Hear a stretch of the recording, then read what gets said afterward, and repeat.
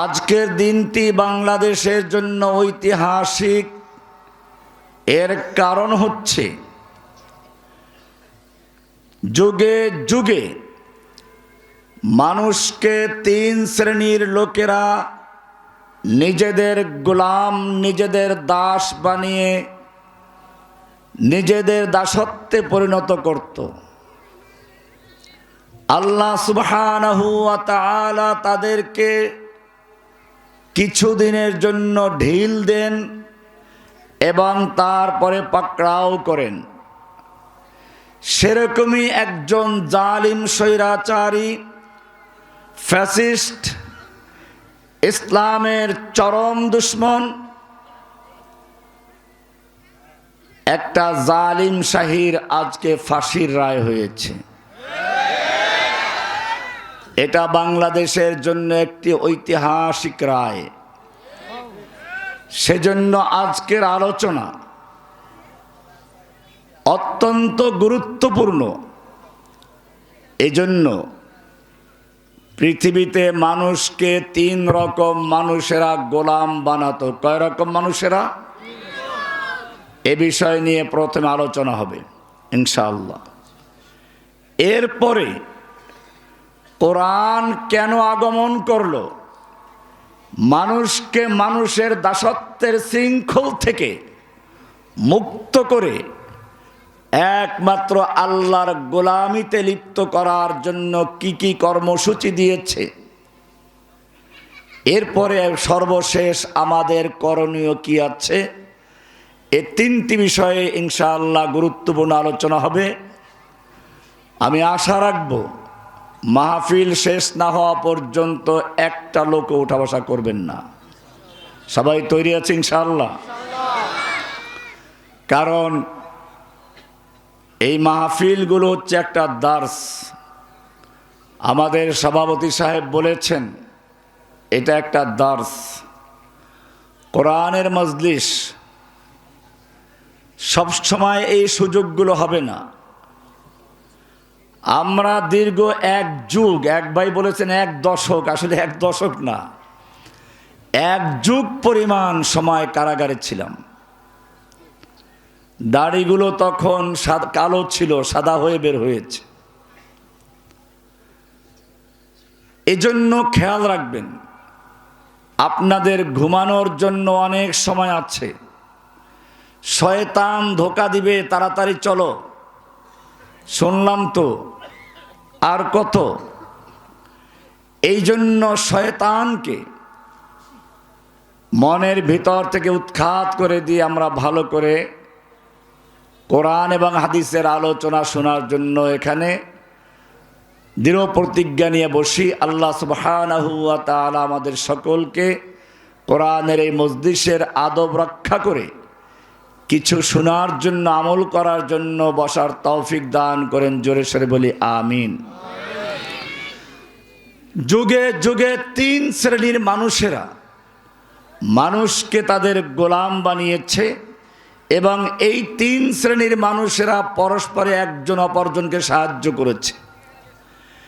প্রথম শ্রেণী হচ্ছে শাসক, একদল স্বৈরাচারী জালিম শাসক, যারা নিজেদেরকে মনে করত স্রষ্টা তাদেরকে সৃষ্টি করেছেন শাসন করার জন্য, তারা সৃষ্টিগতভাবেই অধিকার নিয়ে জন্ম হয়েছে। এ দেশটা তাদের বাপদাদার, তার বাপ এটা স্বাধীন করেছে, এখন তারাই মালিক, বাকি সব জনগণ তাদের গোলাম। এই দলের সর্বপ্রথম ব্যক্তি, কোরআন যার সম্পর্কে বিস্তারিত আলোচনা বিভিন্ন জায়গায় করেছে, তার নাম ফিরআউন। কোরআনে আল্লাহ সুবহানাহু ওয়া তাআলা বলেছেন, ইন্না ফিরআউনা আলা ফিল আরদ, নিশ্চয়ই ফিরআউন, আল আরদ মিশর ভূখণ্ডের কথা উল্লেখ করা হয়েছে আরেকটি আয়াতে, আলাইসা লি মুলকু মিসরিন, মিশরের মালিকানা, মিশরের ক্ষমতা মিশরের রাজত্ব কি আমার নয়? তার মানে মিশর ভূখণ্ডের একচ্ছত্র মালিক, একচ্ছত্র ক্ষমতার অধিকারী হয়ে সে নিজেকে সর্বোচ্চ পর্যায়ে দাবি করেছে। কোরআন বলছে সূরায়ে কাসাস 28 নম্বর সূরার 4 নম্বর আয়াত থেকে, ইন্না ফিরাউনা আলা ফিল আরদ, নিশ্চয়ই ফিরাউন নিজেকে আল আরদ পৃথিবীর অথবা মিশর ভূখণ্ডের সর্বোচ্চ ক্ষমতায় নিজেকে আসীন করেছে। ওয়াজআলা আহলাহা শিয়া, নিজের ক্ষমতাকে পাকাপোক্ত করার জন্য সে তার দেশের জনগণকে বিভিন্ন দলে বিভক্ত করেছে। বিভিন্ন ওয়াজআলা আহলাহা শিয়া, তার দেশের জনগণকে বিভিন্ন দলে বিভক্ত করেছে। আমরাও দেখেছি, কেউ রাজাকার, কেউ জঙ্গি, কেউ মুক্তিযুদ্ধের পক্ষে, কেউ বিপক্ষে। আমি যখন সেই 13 সালে জেলে গেলাম, কিছু বুড়ো মানুষকে দেখতে পেলাম শুকনো কাঠের মতো, হাড্ডিসার। একজন ছিল সিরাজ মাস্টার, অন্যগুলোর নাম মনে নেই, কিছু আলেমও ছিলেন। জিজ্ঞেস করলাম আপনাদের অপরাধ কি? চলতে পারে না, হাঁটতে পারে না, চোখে দেখে না, লোকগুলোকে কারাগারে আটকে রেখেছে বড় দূরদর্শী জঙ্গি হিসেবে। এরা রাজাকার। একদল আলেমকে দেখা গেল যারা বুড়ো, তারাও রাজাকার। এর মধ্যে সাইদি সাহেব ছিলেন অন্যতম। আর যাদেরকে রাজাকার বানানো যায় নাই, তাদেরকে কল্পিত দল তৈরি করে সেই দলের সদস্য বানিয়ে জঙ্গি বানানো হয়েছিল। আনসারুল্লাহ বাংলা টিম নামে একটা দল এমনই কল্পিত দলের নাম, যে দলের অস্তিত্ব বাংলাদেশ না পৃথিবীর ইতিহাসে আছে কিনা জানা নেই। এরকম ভাবে কোরআন বলছে ওয়াজআলা আহলাহা শিয়া, এই ফিরাউনরা যুগে যুগে তাদের দেশের জনগণকে শাসন করার জন্য বিভিন্ন দলে বিভক্ত করে রাখত। এরপরে কোরআন বলছে ইয়াস্তাদঈফু তাইফাতাম মিনহুম, এদের মধ্যে কাউকে সে সাহায্য করত, কাউকে ক্ষমতা দিয়ে দিত, অস্ত্র তুলে দিত, আর এক দলকে দুর্বল করে রাখত। ইয়াস্তাদঈফু তাইফাতাম মিনহুম, তাদের আর এক দলকে দুর্বল করে রাখত। এরা জঙ্গি, এরা রাজাকার, এরা মৌলবাদী, এরা দেশ বিরোধী। এরকমভাবে বিভিন্ন চেতনা, বিভিন্ন আদর্শের নাম দিয়ে জনগণকে বিভক্ত করে রেখেছে কোরআনের স্পষ্ট আয়াত। এই লোকগুলো নিজেদের ক্ষমতাকে টিকিয়ে রাখার জন্য প্রথমে নিজেদেরকে দাবি করতে, দেশের মালিক তারা, আমার বাপ দেশ স্বাধীন করে দিয়েছে। আর আমরা যেই লেডি ফিরাউনকে দেখেছি, সে তো শুধু বাংলাদেশের না, তার বাপ নাকি দুইটা দেশ স্বাধীন করে দিয়েছে, পাকিস্তানও স্বাধীন করে দিয়েছে, বাংলাদেশও স্বাধীন করে দিয়েছে। লাইসা লি মুলকু মিসরিন, এ দেশটাকে আমার বাবার দেশ নয়? কোরআন সুন্দর করে চিত্র তুলে ধরেছে। এরপরে কোরআন বলছে এই লোকগুলো নিজেদেরকে এক পর্যায়ে রব বানিয়ে নেয়। ফাহাশারা ফানাদা ফাকালা আনা রাব্বুকুমুল আ'লা। মুসা আলাইহিস সালাতু ওয়াস সালাম যখন এই ফিরাউনকে গিয়ে রবের প্রতি ঈমান আনার জন্য দাওয়াত দিলেন, তখন ফিরাউন কি বলল? ফাহাশারা, সে তার দেশের জনগণকে একটা বড় মাঠে জড়ো করলো। ফানাদা, এরপরে ঘোষণা করলো আনা রব্বুকুমুল আ'লা, আমি তোমাদের প্রধান রব। কি দাবি করেছে? রব। রব মানে কি? এমনি রব মানে প্রতিপালক। ওই যে একজনে বললেন, এটাই শেখানো হয়েছে। রবের কি এই অর্থ? আজকে আমি এই বিষয়ে আলোচনা করব না, যেহেতু গুরুত্বপূর্ণ আলোচনা আছে, তবু যেহেতু একজনের প্রতিপালক বলে ফেলেছে, এই জিনিসটা একটু ক্লিয়ার করা দরকার। রব মানে খালি প্রতিপালক না। আমরা রবের ব্যাখ্যা পাই পবিত্র কোরআনের সূরা তাহার 50 নম্বর আয়াতে। রবের বিষয়টা এত গুরুত্বপূর্ণ, আল্লাহ রাব্বুল আলামিন রুহু জগতে মানুষকে পৃথিবীতে পাঠানোর আগেই একটা মহা সম্মেলন করলেন, যেখানে আদম থেকে শুরু করে কিয়ামত পর্যন্ত যত রুহু পৃথিবীতে আগমন করবে সব রুহুগুলোকে একাত্র করে তিনি রবের পরিচয় দিয়ে তারপরে পরীক্ষা নিলেন, প্রশ্ন করেছেন, আলাস্তু বিরব্বিকুম, বলো আমি তোমাদের রব নই কি? রব, আমি তোমাদের রব নই কি? সব রুহগুলো একবারে বলে উঠলো, ক্বালু বালা শাহিদনা, হ্যাঁ আমরা সাক্ষ্য দিচ্ছি আপনি আমাদের রব। আল্লাহ রাব্বুল আলামিন জানিয়ে দিলেন, খবরদার ভুলে যেও না। এই কারণে ঈমানের পরে সবচেয়ে গুরুত্বপূর্ণ ইবাদত সালাত। সালাতে দাঁড়িয়ে আমাদের প্রথম বলতে হয় আলহামদুলিল্লাহি রাব্বিল আলামিন। এরপরে রুকুতে গিয়ে সুবহান রাব্বিল আযীম, রুকুর থেকে সোজা দাঁড়িয়ে রব্বানা ওয়ালাকাল হামদ, আবার সিজদায় গিয়ে সুবহান রাব্বিয়াল আলা।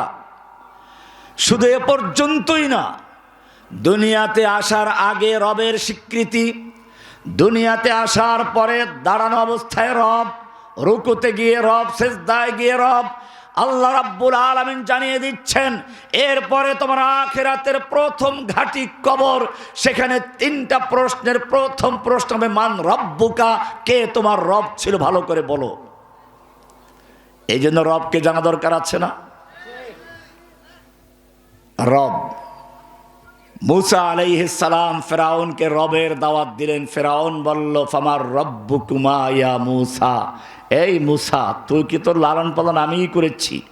ওই যে আমরা প্রতিপালক বলি, এইটা ফেরাউন বুঝছে। সেজন্য বলল, রব মানে তো যে পালে, তো আমি তোমাকে লালন পালন করেছি, তোমার রবটা আবার কে?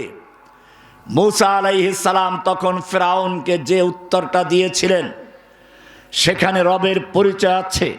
আল্লাহ রাব্বুল আলামিন জানিয়ে দিলেন, রব মানে খালি প্রতিপালক নন। ক্বালা রাব্বুনাল্লাযী আ'তা কুল্লা শাইইন খালকাহু সুম্মা হাদা। ও ফেরাউন, আমি যেই রবের দাওয়াত দেই সেই রব তোর মতো দুর্বল রব নয়। কোটি কোটি বছর পর্যন্ত চলে গেছে পৃথিবীর ইতিহাসে, তোর কোনো নামগন্ধ ছিল না, অস্তিত্ব ছিল না। আল্লাহ লাম ইয়াকুন শাইআম মাযকুরা, তোর কোনো অস্তিত্বই ছিল না, আলোচ্য কোনো বিষয় ছিলি না। এরপরে দুনিয়াতে আগমন করলি, মায়ের পেটে যখন ঢুকেছ তখন মা টের পায় নাই। কয়েকদিন পরে বমি বমি ভাব, ডাক্তারের কাছে গেল, ডাক্তার বলল হ্যাঁ কেউ একজন এসেছে। এরপরে শিশু, এরপরে যুবক, এরপরে বুড়ো, এরপরে কবর। এইরকম দুর্বল কোন রবের দাওয়াত আমি দিচ্ছি না। আমি যেই রবের দাওয়াত দিচ্ছি তার পরিচয়টুকু জেনে নাও। ক্বালা রাব্বুনাল্লাযী আ'তা কুল্লা শাইইন খালকাহু সুম্মা হাদা। ও ফিরআউন, আমি যেই রবের দাওয়াত দেই সেই রব হচ্ছেন তিনি যিনি আ'তা কুল্লা শাইইন খালকাহু, সমস্ত মাখলুকাতকে সৃজন দান করেন, সৃষ্টি করেছেন। এরপরে সুম্মা হাদা, এরপরে যখন যা প্রয়োজন সব কিছু নিজের পক্ষ থেকে বিনা দরখাস্তে, বিনা আবেদনে পথ দেখিয়ে দেন, ব্যবস্থা করে দেন। এই সব কিছু যিনি করেন তার নাম কি? একটু বিস্তারিত আলোচনা না করলে এটা ক্লিয়ার হবে না। যেহেতু এক ভাই বলে ফেলছেন, আমার আলোচ্য বিষয় অন্যটা, আপনারা একটু ধৈর্য ধরবেন। আমি একটু এটা উদাহরণ দিয়ে বুঝাচ্ছি। আমরা যখন মায়ের পেটে ছিলাম তখন আমাদের যখন বডি তৈরি হলো, রুহ তৈরি হয়ে গেল, ক্ষুধা লাগলো, খাবারের প্রয়োজন হলো। মায়ের পেটে খাবার দেওয়ার জন্য দুনিয়ার কোনো খাদ্যমন্ত্রী, কোনো বিজ্ঞানীর পক্ষ সম্ভব ছিল না। আল্লাহ রাব্বুল আলামিন যিনি আমাদের সৃষ্টি করেছেন, নিজের পক্ষ থেকে বুঝে শুনে মায়ের মাসিক ঋতুস্রাবকে বন্ধ করে দিয়ে নাভির সঙ্গে সংযোগ দিয়ে ওই মায়ের পেটের ভিতরে খাবারের বন্দোবস্ত করেছেন, তিনি হচ্ছেন আমার রব। قال ربنا الذي أعطى كل شيء خلقه ثم هدى। ও ফিরাউন, আরো শুনতে থাকো। তুমি যখন দুনিয়ায় ভূমিষ্ঠ হবে, দুনিয়ায় আসার পরেও তোমার খাবারের প্রয়োজন হবে। ঠান্ডা খেলে সর্দি লাগবে, গরম খেলে মুখটা পুড়ে যাবে, শক্ত হলে গলায় আটকে যাবে। আল্লাহ রাব্বুল আলামিন তোমার পৃথিবীতে যাওয়ার আগেই তোমার মায়ের বুকের ভিতরে একটা শাল দুধের ব্যবস্থা করেছেন। শাল দুধ, হলুদ বর্ণের গাঢ় দুধ। আগের যুগের মেয়ে লোকরা বলতো এটা পান করলে ধনুষ্টঙ্কর হয়, চিপড়ে ফেলে দিয়ে তারপরে দুধ খাওয়াইতো। এখন দেখবেন সব হাসপাতালে লেখা আছে বাচ্চা ভূমিষ্ঠ হওয়ার সঙ্গে সঙ্গে মায়ের বুকের শাল দুধ পান করতে দিন। কারণ ডাক্তাররা পরীক্ষা করে দেখেছেন সৃষ্টিকর্তা মায়ের বুকের শাল দুধকে ধনুষ্টঙ্কর হওয়ার জন্য তৈরি করেন নাই, বরং ভূমিষ্ঠ হওয়ার সঙ্গে সঙ্গে একদিকে খাবারের প্রয়োজন হবে, আর একদিকে পানির প্রয়োজন হবে, আর একদিকে বিভিন্ন রোগ জীবনের আক্রমণ থেকে বাঁচার জন্য প্রতিষেধক টিকার প্রয়োজন হবে।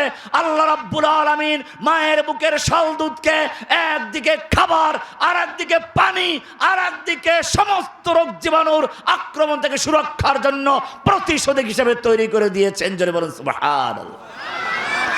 قال ربنا الذي أعطى كل شيء خلقه ثم هدى। আরো সামনে চলুন। দুধ পান করতে করতে বাচ্চা 2 বছর হয়ে গেছে। এখন শুধু দুধ পান করলে চলবে না, কবুতরের বাচ্চা খেতে হবে, মুরগির বাচ্চা খেতে হবে। আল্লাহ রাব্বুল আলামিন আবার নিজের পক্ষ থেকে বুঝে শুনে ওই ছোট মুখের ভিতরে ছোট ছোট মুক্তার দানার মতো দাঁত দিয়ে ভরে দিচ্ছেন। এবারে বাচ্চা মুরগি খাচ্ছে, কবুতরের বাচ্চা খাচ্ছে, আরো বড় হয়ে গেছে। এখন তাকে গরুর হাড্ডি চাবাতে হবে, খাসির মাথা খেতে হবে। আল্লাহ রাব্বুল আলামিন নিজের থেকে বুঝে শুনে ছোটবেলার ছোট দাঁতগুলো ভেঙে দিয়ে এবারে এক একটা করে বড় বড় দাঁত দিয়ে মুখটা ভরে দিয়েছেন। কে দিচ্ছেন? قال ربنا الذي أعطى كل شيء خلقه ثم هدى। ও ফিরাউন, আমি যেই রবের দাওয়াত দেই সেই রব এত ছোট না, খালি পালনেওয়ালা না, যিনি সৃষ্টিকর্তা। আল খলকু ওয়াল মুলকু ওয়াল আমরু, 3টা জিনিসের সমন্বয়ে রব। কয়টা জিনিসের? আমার একটা কিতাব আছে এর উপরে, ঢাকা গেলে নিয়ে আসবেন, সাথে তো আনা সম্ভব না। এর উপর বিস্তারিত কিতাব আছে। আল্লাহ রাব্বুল আলামিন পরিচয় দিলেন, রবের পরিচয়। আপনি বলবেন ডিমের ভিতরেও তো বাচ্চা তৈরি হয়। সেই বাচ্চা যখন ডিমের ভিতরে রুহ তৈরি হয়ে যায়, দেহ তৈরি হয়ে যায়, খাবারের প্রয়োজন হয়। খাবার কোত্থেকে আসবে? মায়ের বুকের সঙ্গে সংযোগ দেওয়া সম্ভব হচ্ছে না। আল্লাহ রাব্বুল আলামিন ওই ডিমের ভিতরে যেই বাচ্চা তৈরি করেন তার ব্যাপারেও ভালো করেই জানেন। তিনি সব নিজের থেকে বন্দোবস্ত করে রেখেছেন। ডিমের ভিতরে 2টা অংশ, একটা হচ্ছে হলুদ কুসুম, ওটা দিয়ে বাচ্চা তৈরি হয়। বাচ্চা তৈরি হওয়ার পরে যখন রুহু চলে আসে, ক্ষুধা লাগে, আল্লাহ রাব্বুল আলামিন আর ওই বাচ্চার জন্য অগ্রিম খাবার বন্দোবস্ত করে দিয়েছেন, সাদা লালাটাকে। ডিমের ভিতরে বাচ্চা সাদা সেই খাদ্য খাচ্ছে, খেতে খেতে তার ভিতরের গুদাম ফুরিয়ে গেছে। এখন কি করবে? আল্লাহ রাব্বুল আলামিন তাকে জানিয়ে দেন, তোর চতুর্দিকে যেই প্রাচীর আছে এটা কোনো চিরের প্রাচীর নয়, এটা সেই কাশিমপুর কারাগারের কোনো কেন্দ্রীয় কারাগারের প্রাচীরও নয়, এটা হালকা একটা প্রাচীর, ঠোঁট দিয়ে ঠোকরাও। চতুর্দিকে ঠোকরাতে থাকে, ঠোকরাতে ঠোকরাতে যখন ভেঙে যায়, এবারে আল্লাহ বলে মাথা দিয়ে মারো ধাক্কা। ধাক্কা মারতে মারতে খোসাটা ভেঙে ফেলে বের হয়ে চলে আসে সাপের বাচ্চা, মুরগির বাচ্চা, কচ্ছপের বাচ্চা, হাঁসের বাচ্চা, সব বাচ্চাগুলো ডিম থেকে বেরিয়ে আসলো। এবারে তুমি একটা হাঁসের বাচ্চা আর একটা মুরগির বাচ্চাকে পানির কাছে নিয়ে যাও। হাঁসের বাচ্চা পানি দেখলে সঙ্গে সঙ্গে আনন্দে মেতে উঠবে, কি আনন্দে সাঁতার কাটতে থাকে। পক্ষান্তরে মুরগির বাচ্চা পানির কাছে নিয়ে যাও, মুরগির বাচ্চা মরতে রাজি, পানিতে নামতে রাজি না, ঠিক কিনা? কে শিক্ষা দিল মুরগির বাচ্চাকে পানি তোর জন্য উপযুক্ত নয়? কে শিক্ষা দিল হাঁসের বাচ্চাকে পানি তোর জন্য উপযুক্ত? যিনি শিক্ষা দিয়েছেন তিনি আর কেউ না, তিনি হচ্ছেন কে? কালা রাব্বুনাল্লাযী আ'তা কুল্লা শাইইন খালকাহু সুম্মা হাদা।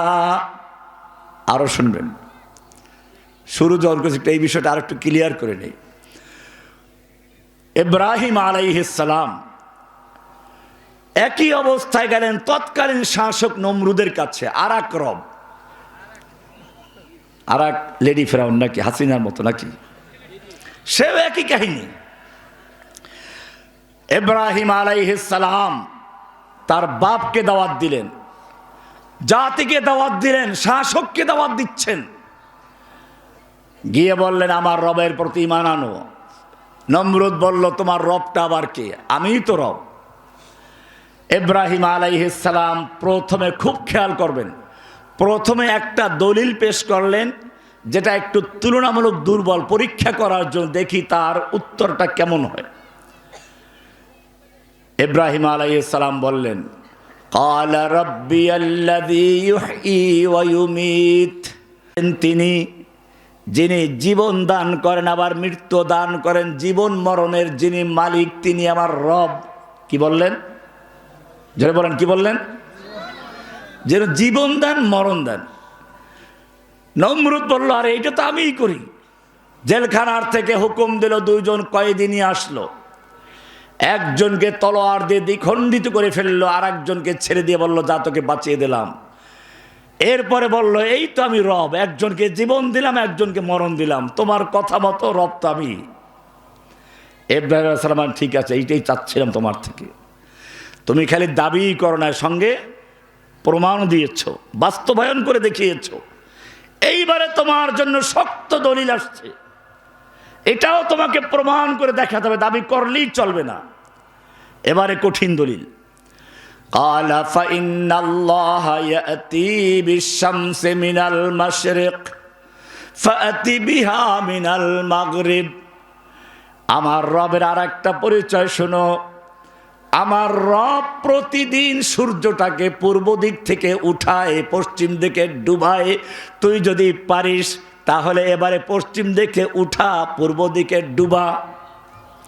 فإن الله يأتي بالشمس من المشرق فأت بها من المغرب فبهت الذي كفر। এখন কি করবে? যদি বলে এটাই তো আমি করি, করে দেখাও, আগেরটা করে দেখিয়েছো, এটাও তোমাকে করে দেখাতে হবে। فبهت الذي كفر, এই কাফেরটা হতভম্ব হয়ে গেল, আর কোনো জবাব থাকলো না।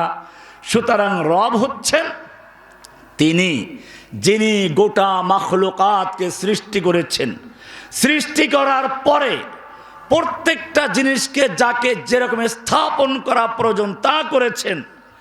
এরপরে আবার যখন যা প্রয়োজন সব দিয়েছেন, আইন কানুন বিধান বলেন, সৃষ্টিকর্তা, রক্ষাকর্তা, পালনকর্তা, বিধানদাতা, এই সবগুলো মিলে সব কিছুকে বলা হয় রব। কি বলে? এক কথায় উপর থেকে নিচে যা নামে এই সবগুলো যে দেয় তার নাম কি? তার মানে কি বুঝতে পেরেছেন? সৃষ্টি করা, বৃষ্টি দেওয়া, ফসল দেওয়া, দেওয়া দেওয়া, যত দেওয়া আছে সব কিছু যে দেয় তার নাম কি? আর যে দেয় সে পায়, যে দেয় সে কি, বুঝলাম? যে দেয় সে পায়, তার মানে হচ্ছে সব যখন দেয় আনুগত্য পাওয়ার মালিককে। এই আনুগত্যটার নাম হচ্ছে ইবাদত, এটার নাম উলুহিয়ত। তাহলে উলুহিয়ত মানে হচ্ছে আল্লাহ, মানে আল্লাহ হচ্ছেন মানুষের পক্ষ থেকে উপরে যেটা যায়, মানে ইবাদত। ইবাদত বলো লা ইলাহা ইল্লাল্লাহ, যত ইবাদত সব মালিককে। সেজদা করব কার জন্য? সন্তান চাবো কার কাছে? আনুগত্য করব কার? একটা কোম্পানির মালিক, 10 লাখ কর্মচারী তার কারখানায় কাজ করে, মালিককে চিনে না। মালিকে এসে একদিন রাতের বেলায় বললে এটা এমনি করো, ওটা এমনি করো। কর্মচারীর কাছে ক্ষেপে, এই বুড়া তুই কেটারে, মারার উপক্রম হয়ে গেল। এর মধ্যে ম্যানেজার সাহেব এসে দৌড়ে বলল, সম্মানিত কর্মকর্তা কর্মচারী বৃন্দ শুনুন, এই মুরব্বী ভদ্রলোক হচ্ছেন এই মহান কারখানার মালিক। তার মানে এখন কর্মচারীরা কি বুঝলো? এই কারখানা তৈরি করা, আমাদের বেতন দেওয়া, পোশাক দেওয়া, যা কিছু বোনাস দেয় সব দেয় কে? এখন এনি যেহেতু মালিক, এখন সে যা বলবে সেটাই আইন, ওইটা মানতে হবে, ঠিক কিনা? পাল্টে গেল চিত্রটা। এটাই হচ্ছে ইবাদত। এটাই কি? মালিককে চিনার পরে তার আনুগত্য করার নাম হচ্ছে কি? এটার নাম ইলাহ। এটার নাম কি? এই যে বলেন রব আর ইলাহ। রব হচ্ছে যে দেয়, ইলাহ হচ্ছে যে পায়। রব হচ্ছে উপর থেকে যা নামে, ইলাহ হচ্ছে নিচের থেকে উপরে যা উঠে। আমি কি কিছু বুঝতে পারছি? অর্থাৎ বান্দার পক্ষ থেকে আল্লাহর জন্য যা নিবেদন করা হয় সেটা হচ্ছে কি? উলুহিয়ত। আর আল্লাহর পক্ষ থেকে বান্দার জন্য যা কিছু দেওয়া হয় সৃষ্টির জন্য, সবগুলো কি? রব। এই কারণেই বলা হয়েছে প্রথমে রবকে চিনো, চিনার পরে যখন তুমি জানবে তিনি তোমার মালিক, তখন আর অন্য কার আনুগত্য চলবে না। এই কারণেই কোরআন বলে, একদিকে আল্লাহ পরিচয় দিলেন রব, প্রশ্ন করবেন রব, কিন্তু নবীদেরকে বসে দাওয়াত দাও লা ইলাহা ইল্লাল্লাহ। এটা কেমন হলো? এক গুরু বিভ্রান্তির মধ্যে পড়ে গেছে, রব্বুন আল্লাহর দাওয়াত দেবো না লা ইলাহা ইল্লাল্লাহর দাওয়াত দেবো। এই সমস্ত ফালতু লোকদের থেকে সাবধান থাকবেন। কিছু লোক আছে বেশি বুঝে, কিছু একটু জানলে একটা গ্রুপ তৈরি করে আমির বনে গেছে, আমিরুল মুজাহিদিন হয়ে যায়, জেহাদ শুরু করে দেয়। আমি আলোচনা একটু পরে আসবো, আসলে ভিন্ন দিকে চলে গেছি। তো বিষয়টা হচ্ছে এই কারণে খেয়াল রাখবেন, রব হচ্ছেন যিনি সব কিছু দেন, সৃষ্টিকর্তা, রক্ষাকর্তা, পালনকর্তা, আইনদাতা, বিধানদাতা। এই সবগুলো হচ্ছে কার কাজ? রবের কাজ। এইবারে বান্দার কাজ হচ্ছে কি? সেই রবের হুকুম মেনে চলা। ব্যক্তি জীবনে, পারিবারিক জীবনে, সামাজিক জীবনে, রাষ্ট্রীয় জীবনে, সব ক্ষেত্রে হুকুম চলবে কার? ওই রবের। এই কারণে বলতে হয় লা ইলাহা, লা ইলাহা। লা মানে নেই, ইলাহ মানে কোনো মাবুদ। মাবুদ আব্দুন থেকে, আব্দুন 3 অক্ষরের, আব্দ মানে দাস, রব 3 অক্ষরের মানে মালিক। রব আর আব্দের সম্পর্ক হচ্ছে মূল সম্পর্ক।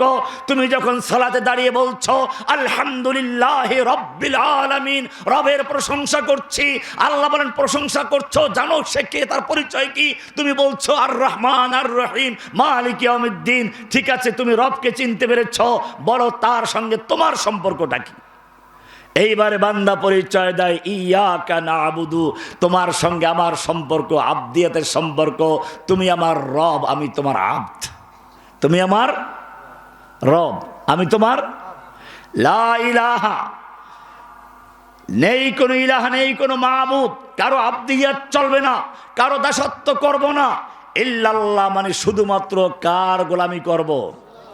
লা ইলাহা মানে আমরা কারো গোলাম নই, কারো দাস নেই, কোনো খাজা বাবার গোলাম না, গাজা বাবার গোলাম না, ল্যাংটা বাবার গোলাম না, দরগাওয়ালার গোলাম না, দুর্গাওয়ালার গোলাম না, কোনো শাসকের গোলাম না, কোনো ফেরাউনের গোলাম না, কোনো লেডি ফেরাউনের গোলাম না।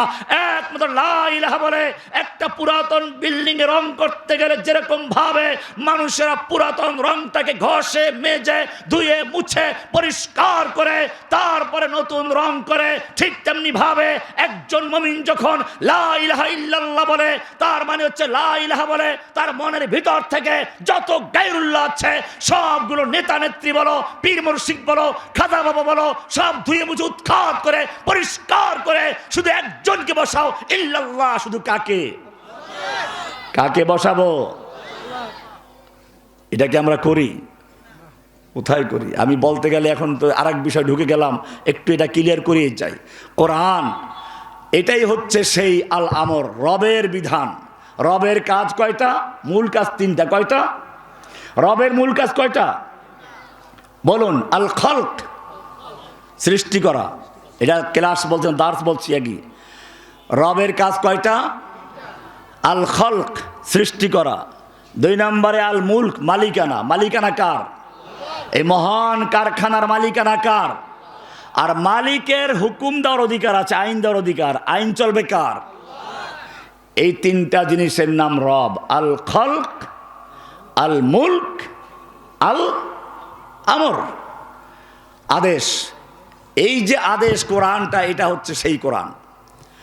এই কারণে শুরুতে বলেছে যালিকাল কিতাব লা রাইবা ফীহি, এ হলো সেই কিতাব যেই কিতাবে কোনো সংশয় নেই, সন্দেহ নেই।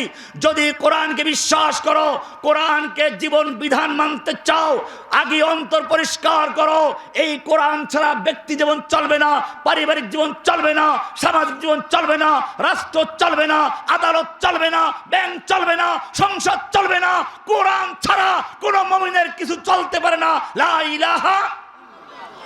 এই কারণে কোরআনকে বলা হয়েছে হুদান।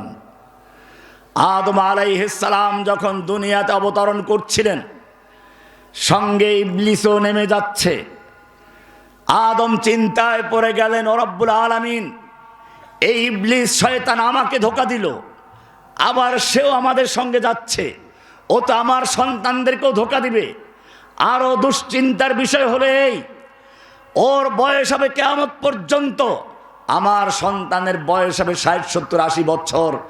আমার সন্তানরা যখন ইবলিসের একটি ইবলিসি আর শয়তানি চক্রান্ত বুঝে উঠবে, অভিজ্ঞতা অর্জন করবে, তখন তার মৃত্যুর সময় এসে যাবে। আর শয়তান তার সারা জীবনের কলা কৌশল একটা কাজে না লাগে আরেকটা লাগাবে, অভিজ্ঞতা দিয়ে সব ধোঁকা দিয়ে আমার সন্তানদেরকে জাহান্নামী করে ফেলবে। বড় চিন্তায় পড়ে গেল আদম আলাইহিস সালাম। আল্লাহ রাব্বুল আলামিন তখন আদমকে বলেছিলেন, কুলনা হাবিতু মিনহা জামিআ, ও আদম, তোমার কোনো চিন্তার কারণ নেই, কোনো ভয়ের কারণ নেই।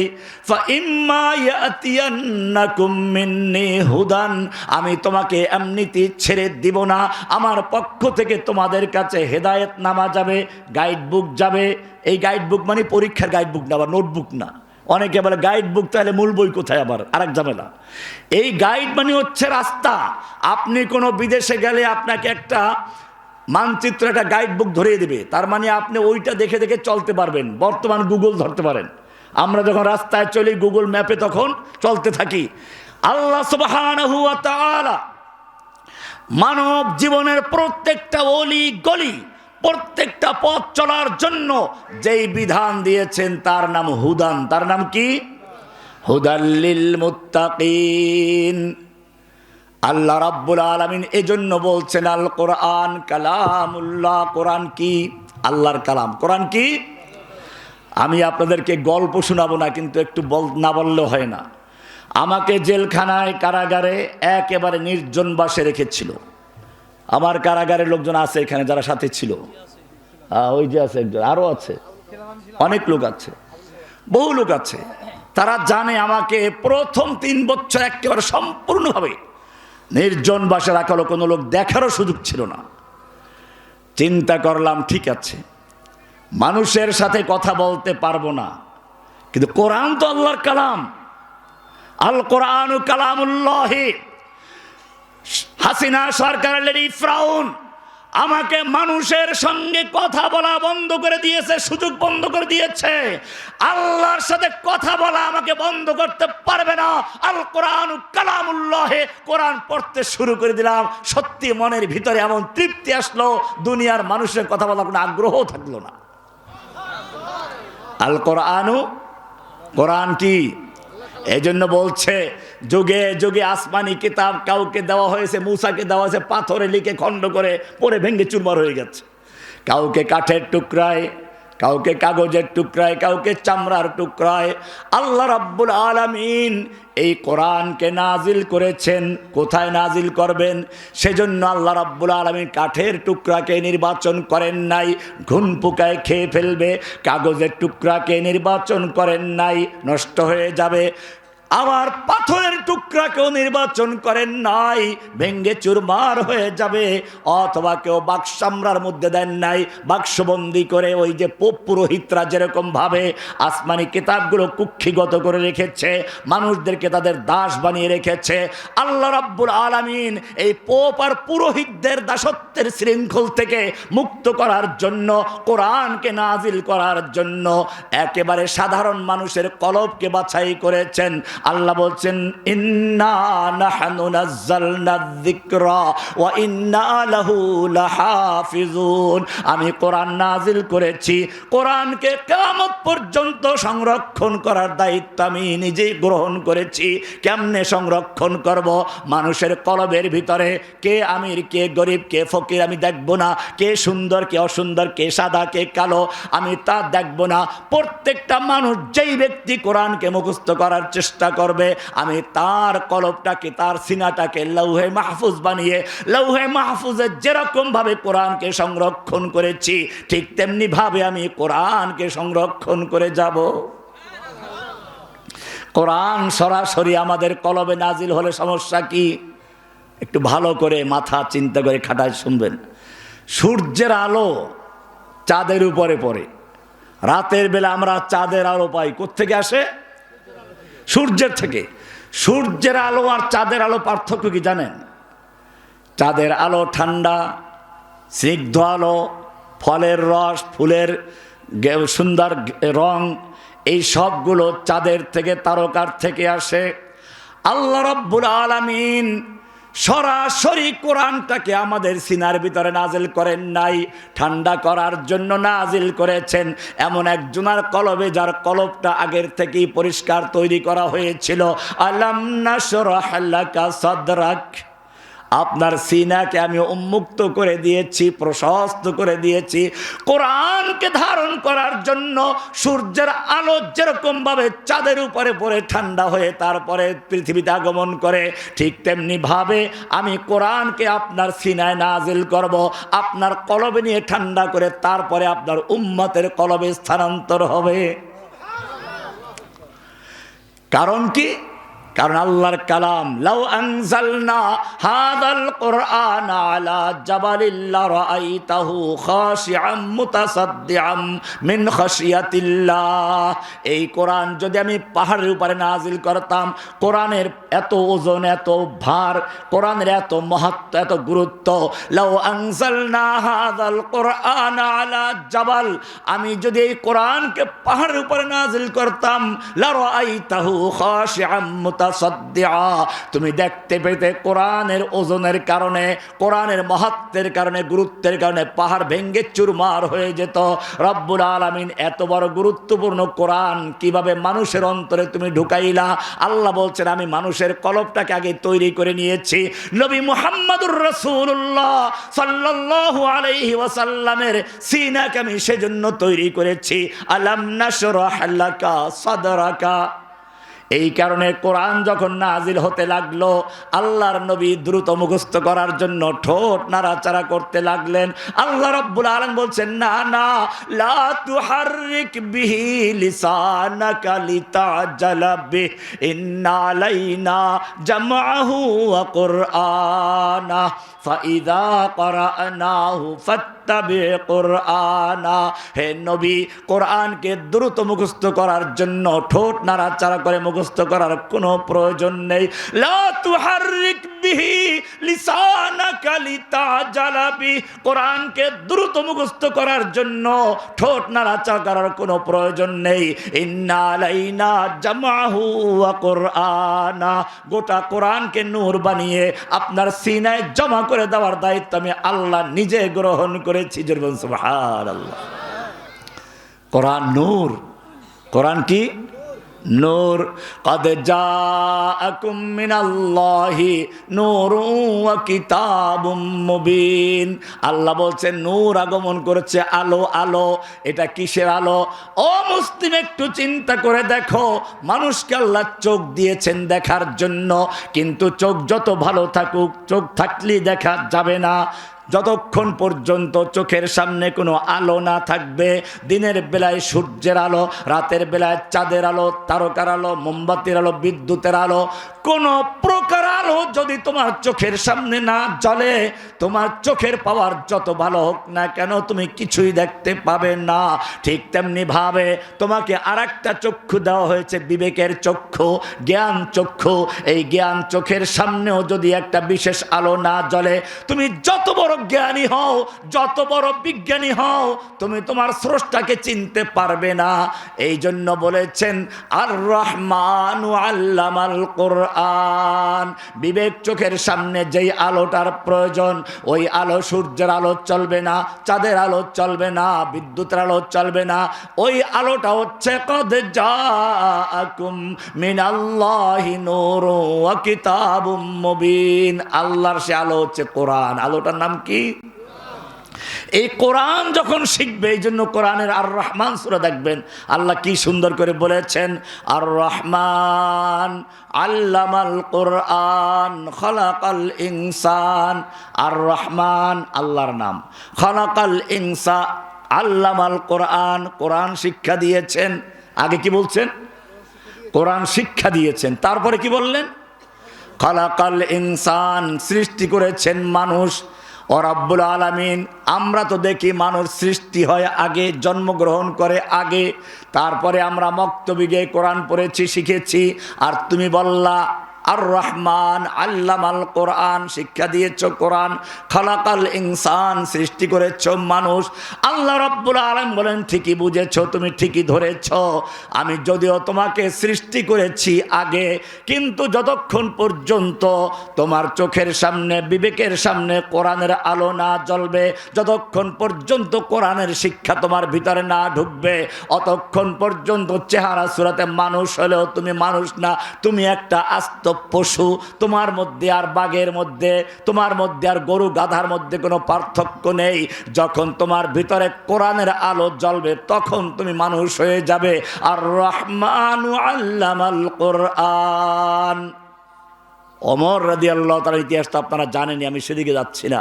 এই যুগের ইতিহাস বলি, যেহেতু সাক্ষী এখানে অনেক আছে। আপনারা জানেন বুয়েটের মেধাবী ছাত্র আবরার ফাহাদ রাহিমাহুল্লাহ, আল্লাহ তাকে জান্নাতুল ফেরদাউসের মেহমান বানিয়েন, জোরে বলুন আমিন। তাকে একদল ছাত্র পিটিয়ে মারলো, রাত ভর তাকে নির্যাতন করে করে পিটিয়ে হত্যা করলো। যারা হত্যা করেছিল তারাও সেই বুয়েটেরই ছাত্র, কারাগারে গেল। আমার বিল্ডিংয়ে তো আগেই বলেছি, আমাদের কোনো লোকজন এই ধরনের কোনো লোকজন দিবে না, তবে আওয়ামী লীগের লোকজন দিত। বুয়েটের ছেলেদেরকে আমার ওই বিল্ডিংয়ের দোতলায় দেওয়া হলো, আমি 4 তলায়। ইচ্ছে হলো ওরা কোরআন শিখবে, আমিও রাজি হলাম। আপনারা জেলখানায় কেমনে যাবেন? আমি কামনা করি না কেউ জেলখানায় যাক। যদি ওরা বের হতে পারে কোনো সময়, দেখবেন 5 জন ছেলে আলহামদুলিল্লাহ পুরা কোরআনের হাফেজ হয়ে গেছে, আলহামদুলিল্লাহ। বাকি সবাই কোরআন পড়তে এরা দেখেছে। এই যে ছেলেগুলো, এই ছেলেগুলোই তো ছিল হাসিনার সোনার ছেলে, যারা হিংস্র প্রাণীর মতো, বাঘ ভল্লুকের মতো মানুষকে পুড়িয়ে হত্যা করত, মানুষকে পিটিয়ে হত্যা করত, খুন করত, ধর্ষণ করত। আর সেই ছেলেগুলো যখন কোরআনের সংস্পর্শে আসলো, আল্লাহ সুবহানাহু ওয়া তাআলা তাদেরকে পরিবর্তন করে এমন সুন্দর মানুষে বানিয়ে দিয়েছেন। এখন তারা জেলখানায় বসে সেই আবরার ফাহাদের জন্য রোজা রাখে, তার জন্য দোয়া করে, তারা তাহাজ্জুদ পড়ে, কোরআন মুখস্থ করে। এইভাবে কোরআনের সংস্পর্শে আসার পরে আল্লাহ সুবহানাহু ওয়া তাআলা ঠিকই তাদেরকে সোনার ছেলে বানিয়ে দিয়েছে। আর রহমানু আল্লামাল কোরআন, এই কোরআন হচ্ছে সেই কিতাব, হুদাল লিল মুত্তাকিন। কোরআন কেন আসলো? কোরআন বলছে লিতুখরিজান নাসা মিনাজ যুলুমাতি ইলান নূর। আল্লাহর নবীকে বলছেন, এই কোরআন আমি তাবিজ লেখার জন্য দেই নাই, এই তাবিজ মানুষ মরলে পরে খতম করার জন্য দেই নাই, এই কোরআন জিন ভূত ধরলে পরে চিনির প্লেটে লিখে মিশকো জাফরান দিয়ে লিখে ধুয়ে ধুয়ে খাওয়ার জন্য দেই নাই। লিতুখরিজান নাসা মিনাজ যুলুমাতি ইলান নূর, এই কোরআন দিয়েছি মানুষকে অন্ধকারের থেকে আলোর দিশা দেওয়ার জন্য, অন্ধকার হচ্ছে, জাহিলিয়াত হচ্ছে, ওই নারীদেরকে ধর্ষণ করা, ধর্ষণের সেঞ্চুরি করা। অন্ধকার হচ্ছে আলেম ওলামাদেরকে জেলখানায় ঢুকিয়ে জেলখানা ভরে ফেলা। অন্ধকার হচ্ছে মানুষের অধিকার হরণ করে চাঁদাবাজি করা, ধর্ষণ করা, খুন করা। অন্ধকার হচ্ছে মানুষকে গুম করে চরম নির্যাতন করে করে মিথ্যা স্বীকারোক্তি আদায় করা, আর স্বীকারোক্তি না দিলে পরে তাকে হত্যা করে দেওয়া। আল্লাহ তাআলা বলছেন লিতুখরিজান নাসা মিনাজ যুলুমাতি ইলান নূর। কোরআন যদি কোনো ব্যক্তি মানার দাবি করে, আল্লাহ বলছেন মানার দাবি করলেই চলবে না। কোরআনের সূরা নিসার ৬০ নম্বর আয়াত আল্লাহ বলছেন, আলাম তারা ইলাল্লাযীনা ইয়াজউমুনা আন্নাহুম আমানু বিমা উনজিলা ইলাইকা ওয়া মা উনজিলা মিন ক্বাবলিক। হে নবী, আপনি কি ওই সমস্ত লোকদেরকে দেখেননি যেই লোকগুলো ইয়াজউমুনা দাবি করে? যারা কি করে? কি দাবি করে? আন্নাহুম আমানু বিমা উনজিলা ইলাইকা ওয়া মা উনজিলা মিন ক্বাবলিক। আপনার প্রতি নাজিলকৃত কিতাবের প্রতি তারা ঈমান এনেছে। আপনার পূর্বে যত কিতাব আছে সব কিতাবের প্রতি ঈমান আনার দাবি করে। যেমন আমরা করি না? বাংলাদেশি মুসলমান, পাকিস্তানের মুসলমান, অন্যান্য দেশের মুসলমান দাবি করি আমরা সবাই কোরআন মানি, আসমানি কিতাব সব মানি।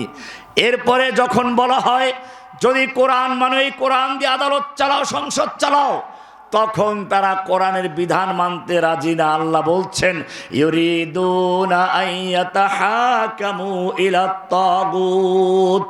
তখন তারা আল্লাহর বিধানকে, আল্লাহর রাসূলের দিকে আসো, আল্লাহর কিতাবের দিকে আসো। এই কথা বললে কি বলে খেয়াল করেন ভালো করে। আল্লাহ এবারে কি বলছেন, রাইতাল মুনাফিকিনা ইয়াসুদ্দুনা আনকা সুদুদা।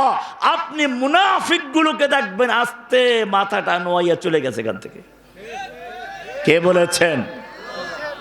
কি সুন্দর আয়াত দেখেছেন আপনারা? আমি প্রায় বলে থাকি আমরা কিছু মুনাফিকের আলামত হাদিস থেকে পাই। এই আলামতগুলো পাইলেই মুনাফিক হওয়া জরুরি নয়। কি বললাম? আলামত পাইলেই মুনাফিক হওয়া জরুরি নয়, এটা একটা মূল নীতি। আপনারা হাদিসে পড়েছেন আয়াতুল মুনাফিকে সালাসুন। মুনাফিকের লক্ষণ ৩টা। ইযা হাদ্দাসা কাযাবা, কথায় কথায় মিথ্যা বলে। ওয়া ইযা ওয়াদা আখলাফা, ওয়াদা করলে খেলাপ করে। ওয়া ইযা আতুমিনা খানা, আমানত রাখলে খেয়ানত করে। এই 3টে হলো এক হাদিসে। আর এক হাদিসে বলা হয়েছে আরবাউন মান কুন্না ফীহি কানা মুনাফিকান খালিসা। 4টা বৈশিষ্ট্য। কয়টা? যার মধ্যে 4টা পাওয়া যাবে একসাথে, সে একেবারে পিওর মুনাফিক, খালেস মুনাফিক। ওই আগের 3টা আছে তার সাথে আরেকটা, ওয়া ইযা খাসামা ফাজারা। যখন ঝগড়া করে অশ্লীল গালিগালাজ করে। দেখবেন একদল লোক ঝগড়া লাগলেই কেবল একেবারে সব মা বাপ তুলে গালিগালাজ শুরু করে দেয়, অশ্লীল গালিগালাজ শুরু করে। এটা মুনাফিকের লক্ষণ। কার লক্ষণ? কিন্তু এই লক্ষণগুলো পাইলেই একটা লোককে মুনাফিক বলা যায় না। এটা এরকম আলামত বলে, লক্ষণ বলে কাকে, ভালো করে শুনুন। লক্ষণ যদি না বুঝেন তাহলে দেখা যাবে এক একজন এক একটা লক্ষণ দিয়ে বসে। ইমাম মাহাদি হয়ে গেছে, কেউ ইমাম মাহমুদ দাবি করলো, এক একজন এক একটা দাবি করে বসে আছে। কেউ নিজে দাজ্জালও দাবি করতে পারে। এই জন্য মনে রাখতে হবে। আমি একটা উদাহরণ দিই। মনে করুন আমাদের হুজুরের তার বাচ্চা আছে 10-12 বছর বয়স। তার শালা থাকে ধরেন সৌদি আরবে। এই বাচ্চা তার মামাকে কখনো দেখে নাই। সৌদি আরব থেকে আসবে, বাবার হাত ধরে চলে গেছে এয়ারপোর্ট। সহ্য হচ্ছে না, বারবার জিজ্ঞেস করে আব্বু তোমার শালা মানে আমার মামা দেখতে কেমন? তো বাপে বলল দেখো তোমার বাপের শালা দেখতে কালা, তোমার বাপের শালা দেখতে কালা। এখন যদি ওর বাপের শালা হইতে হয় তাহলে কালা হবে, ঠিক আছে, কিন্তু সব কালা কি ওর বাপের শালা হবে? ওই ছেলে এখন যাকেই দেখে এয়ারপোর্ট থেকে বের হচ্ছে হাফসি আফ্রিকান, দৌড় দিকে বলে তুই আমার বাপের শালা, তুই যে কালা। শালা হইতে হলে কালা হইতে হবে, কালা হইলেই কিনা শালা না। এই মুনাফিকের যে লক্ষণগুলো এগুলো ওই জাতীয়। কিন্তু আল্লাহ তাআলা যেটা বলেছেন এটা একবার সরাসরি কোরআন আয়াত, এটা এইরকম না। কোরআন বলছে ওয়া ইযা কিলা লাহুম তাআলাউ ইলা মা আনজালাল্লাহু ওয়া ইলার রাসূল। যখন এই লোকগুলোকে বলা হয় আসো আল্লাহর বিধানের কাছে, আল্লাহ যা নাজিল করেছেন সেই বিধান দিয়ে আমরা আসমানি বিধান দিয়ে দেশ চালাবো, ওয়াইলার রাসূল রাসূলের বিধান দিয়ে, রাআইতাল মুনাফিকিনা ইয়াসুদ্দুনা আনকা সুদুদা, আপনি মুনাফিকগুলোকে দেখবেন আস্তে তারা মাথাটা ঝুঁকিয়ে মাথাটা বের করে ওখান থেকে পালিয়ে চলে গেছে। এইবারে আল্লাহ রাব্বুল আলামিন আরেকটু সামনে গিয়ে বলছেন সূরা নিসার 65 নম্বর আয়াত, ফালা ওয়া রাব্বিকা লা ইউমিনুনা হাত্তা ইউহাক্কিমুকা ফীমা শাজারা বাইনাহুম, না আপনার রবের কসম এই লোকগুলো যতই দাবি করুক তারা কোরআন মানে, তারা আল্লাহর নবীকে মানে, আশিক রাসূল দাবিও করে, মহাসম্মেলনও করে, ফালা ওয়া রাব্বিকা লা ইউমিনুন, না আপনার রবের কসম এই লোকগুলো মুমিন নয়, হাত্তা ইউহাক্কিমুকা ফীমা শাজারা বাইনাহুম, যতক্ষণ পর্যন্ত তাদের পারস্পরিক মামলা মোকদ্দমার ক্ষেত্রে, বিচার ফয়সালার ক্ষেত্রে আপনার আদালতে বিচার না নিয়ে আসবে, আপনার কাছে বিচার না নিয়ে আসবে, কোরআন সুন্নাহর বিচার না মানবে, শুধু মানলেই চলবে না, সুম্মা লা ইয়াজিদু ফি আনফুসিহিম হারাজাম মিম্মা কাদাইতা, আপনি যেই বিচার করবেন, আপনি যে আইন দিবেন সেই আইনের ব্যাপারে তাদের মধ্যে কোনো খুঁতখুঁতি থাকতে পারবে না, সংশয় থাকবে না, দ্বিধাদ্বন্দ্ব থাকবে না, এইরকম না মানা পর্যন্ত ফালা ওয়া রাব্বিকা লা ইউমিনুন, মুমিন হতে পারে না, ওয়া ইউসাল্লিমু তাসলিমা। এই আয়াতের একটা প্রেক্ষাপট আছে। ইসলাম ইনসাফ প্রতিষ্ঠা করার জন্য কোরআন নাজিল করেছে। ওমর ইবনে খাত্তাব, হযরতে রাসূলুল্লাহ সাল্লাল্লাহু আলাইহি ওয়াসাল্লামের সময়ের ঘটনা একটা, আল্লাহর নবীর কাছে একজন ইহুদি আর একজন মুসলিমের একটা বিচার চলে আসলো। আল্লাহর নবী উভয় পক্ষের বক্তব্য শুনে ইহুদির পক্ষে রায় দিলেন। কার পক্ষে? কার পক্ষে? সুতরাং মনে রাখতে হবে কোরআন ইনসাফ প্রতিষ্ঠার জন্য নাজিল হয়েছে, পক্ষপাতিত্বের জন্য নয়। আল্লাহর নবী ইহুদির পক্ষে রায় দিলেন, মুসলিমের পক্ষে রায় দেন নাই। কিন্তু মুসলিমটা ছিল ওই যে আমাদের সমাজের সেই মাথা ঝুঁকানো মুসলিমদের মতো। লোকটা বলল, দেখো এই বিচারটার একটু সানি আপিল করাতে চাই, আপিল হবে ওমরের আদালতে, ওমরের কাছে যাব। মুসলমানটা চিন্তা করলো, ওমর তো খুব কঠিন মানুষ, আমি মুসলমান শুনলি আমার পক্ষে রায় দিব, তো ইহুদি। আর ইহুদি চিন্তা করলো, যেই নবী ন্যায় বিচার করেন তার ছাত্ররাও ন্যায় বিচারই করবে, অন্যায় বিচার করতে পারে না। দেখেন নাই কত ইহুদি এই বর্তমান যুগেও। সাইদি সাহেবের মামলা করেছে বাদী, যে সে মুসলমান না হিন্দু? আরে বাদী যেটা মুসলমান, আর যাকে সাক্ষী মানা হয়েছিল সে মুসলমান না হিন্দু? এই হিন্দু কি যেন সুখরঞ্জন বালা, এই সুখরঞ্জন বালি সাইদি সাহেবের বিপক্ষে সাক্ষী দিতে রাজি হয় নাই, সেই জন্য তাকে অপহরণ করা হলো, নির্যাতন করা হলো, ভারতে গুম করা হলো। তারপরেও সে সাইদির বিপক্ষে সাক্ষী দেয় নাই। আর যেই লোকটা মামলা করলো তাকেও দেখেছেন, কয় যে আমাকে বাধ্য করা হয়েছিল, তোমাকে বাধ্য করা হয়েছে তোমার জান বাঁচাবার জন্য, আর একজন আলেমকে জেলে ঢুকাবার জন্য, ফাঁসি দেওয়ার জন্য তোমাকে বাধ্য করেছে। ওই হিন্দু, ওর থেকে শিক্ষা গ্রহণ করো। এইরকম হিন্দু এইরকম মুনাফিক মার্কা মুসলমান আগেও ছিল। আল্লাহর নবীর যুগে এরকম একটা মামলা আসলো, নবী উভয় পক্ষের বক্তব্য শুনে ইহুদির পক্ষে রায় দিলেন। এই মুসলিমটা করলো, ওমরের কাছে বিচার নিয়ে গেল। হিন্দু ইহুদি চিন্তা করলো, আমার আপত্তি নেই, চলো যেই নবী ন্যায় বিচার করে তার ছাত্র ন্যায় বিচারই করবে, চলো আমরা চাই।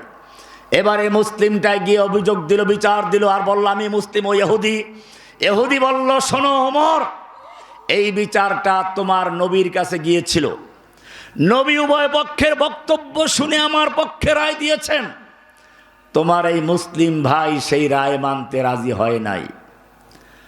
ওমর বলেন, আচ্ছা তাই নাকি? এবারে বলে অপেক্ষা করো, ঘরে গেলেন, উন্মুক্ত তরবারি নিয়ে আসলেন, খোলা তরবারি। এরপরে সে সোজা বললেন, আল্লাহর নবীর বিচারের পরে যেই ব্যক্তি ওমরের কাছে আসে বিচারের আপিল করার জন্য, তার আপিলের রায়টা এইভাবে দেওয়া হয়, এভাবে তলোয়ার দিয়ে আঘাত করে দ্বিখণ্ডিত করে ফেললেন। কিন্তু ব্যাপারটাই বন্ধু শেষ না। ওই লোকের আত্মীয় স্বজন ভাই বন্ধু যারা আছে চলে গেছে আল্লাহর নবীর কাছে, ইয়া রাসূলুল্লাহ, যদি কোনো বিচারের আপিল করা হয় তাকে হত্যা করা যায় কিনা? বিচারের আপিল করলে কি হত্যা করা যায় নাকি? আল্লাহ রাসূল না, তা তো করা যায় না। বল তাহলে আপনার সাহাবী ওমর আমাদের ভাইকে হত্যা করেছে, তার কাছে আপিল নিয়ে যাওয়ার কারণে আল্লাহ নবী চিন্তায় পড়ে বারবার বলতে লাগলেন, ওমর কি এই কাজটা করতে পারলো? আল্লাহ রাব্বুল আলামিন তখন এই আয়াত নাজিল করলেন, ফালা ওয়া রাব্বিকা লা ইউমিনুন, ফালা ওয়া রাব্বিকা লা ইউমিনুনা হাত্তা ইউহাক্কিমুকা ফীমা শাজারা বাইনাহুম। হে নবী, ওমর যেই লোকটাকে হত্যা করেছে, যেহেতু সে নামধারী মুসলিম, আল্লাহর বিধান, আল্লাহর রাসূলের বিধান সাধারণ আপিলের মতো নয়। এই যে আজকে রায় দিল যে আদালত, এই আদালত সাধারণ আদালতের মতো না। এখানে 3 জন বিচারক বসে একসাথে, কাজে সাধারণ আদালতের রায় আর এই রায়টা একরকম না। আল্লাহর রাসূল যখন কোনো বিষয়ে ফয়সালা দেন, সিদ্ধান্ত দেন, সেইটা অন্য লোকদের মতো না। কোরআন বলছে, ওমা কানা লিমুমিনিন ওয়ালা মুমিনাতিন ইযা কাদাল্লাহু ওয়া রাসূলুহু আমরান। আল্লাহ এবং আল্লাহর রাসূল যখন কোনো বিষয়ে সিদ্ধান্ত দেন, ইযা কাদাল্লাহু ওয়া রাসূলুহু আমরান, যখন আল্লাহ এবং আল্লাহর রাসূল কোনো ব্যাপারে সিদ্ধান্ত দেন, আল্লাহ তাআলা বলছেন তখন আমা কানা লিমুমিনিন ওয়ালা মুমিনাতিন, কোন মুমিন পুরুষ হোক চাই নারী হোক, ইযা কাদাল্লাহু ওয়া রাসূলুহু আমরান, আল্লাহ এবং আল্লাহর রাসূল যখন কোনো সিদ্ধান্ত দেন, আইয়াকুনা লাহুমুল খিয়ারাতু মিন আমরিহিম, তাদের নিজেদের ব্যাপারে তাদের কোনো ইখতিয়ার থাকবে, তাদের কোনো স্বাধীনতা থাকবে। আল্লাহর রাসূলের আইনে বিলাত চলবে না। ওমাইয়া আসিল্লাহ ওয়া রাসূলহু ফাকাদ দাল্লা দালালাম বাঈদা, সূরা আহজাবের 36 নম্বর আয়াত। আল্লাহ তারা পরিষ্কার করে দিলেন, পরিষ্কার জানিয়ে দিলেন, ওমর যাকে হত্যা করেছে সে মুমিন থাকে নাই, মুরতাদ হয়ে গেছে। ওমান বাদদালা দীনাহু ফাকতুলুহু, আর মুরতাদের শাস্তি হত্যা করে দেওয়া ওমর ঠিকই করেছে। এজন্য মনে রাখতে হবে, আল্লাহর বিধান কোরআন, এই কোরআনের বিধান কারো পরিবর্তন করার কোনো সুযোগ নেই। কোরআন বলছে মদ হালাল না হারাম? হারাম করেছেন কে? সূরা মায়দার 90-91 নম্বরে বলা আছে, ইন্নামাল খামরু ওয়াল মাইসির ওয়াল আনসাবু ওয়াল আজলামু রিজসুম মিন আমালিশ শাইতানি ফাজতানিবুহু। হে ঈমানদারগণ শোনো, নিশ্চয় মদ, জুয়া, মূর্তি, লটারি এইগুলো শয়তানের কাজ, সম্পূর্ণভাবে বিরত থাকো। পরে আয়াতে বলছেন, ইন্নামা ইউরিদুশ শাইতানু আন ইউকিআ বাইনাকুমুল আদাওয়াতা ওয়াল বাগদা ফিল খামরি ওয়াল মাইসির। মদ এবং জুয়ার মাধ্যমে শয়তান তোমাদের মধ্যে শত্রুতা সৃষ্টি করে, ঘৃণা সৃষ্টি করে, বিদ্বেষ সৃষ্টি করে। বোঝা গেল মদ জুয়া হারাম করেছেন আল্লাহ সুবহানাহু ওয়া তাআলা। কেন? সমাজের বিশৃঙ্খলা দূর করার জন্য, মানুষের ভ্রাতৃত্ব নষ্ট করে, মদ জুয়ার মাধ্যমে ঐক্য নষ্ট করে, ঘৃণা সৃষ্টি করে। এই ঐক্য বজায় রাখার জন্য মদ হারাম করেছেন। অমুসলিম মদ হারাম করেছেন কে? আমাদের দেশে আইনে কি আছে? লাইসেন্স থাকলে মদের ব্যবসা করা তার জন্য বৈধ, মানে হালাল। হারাম করেছেন কে?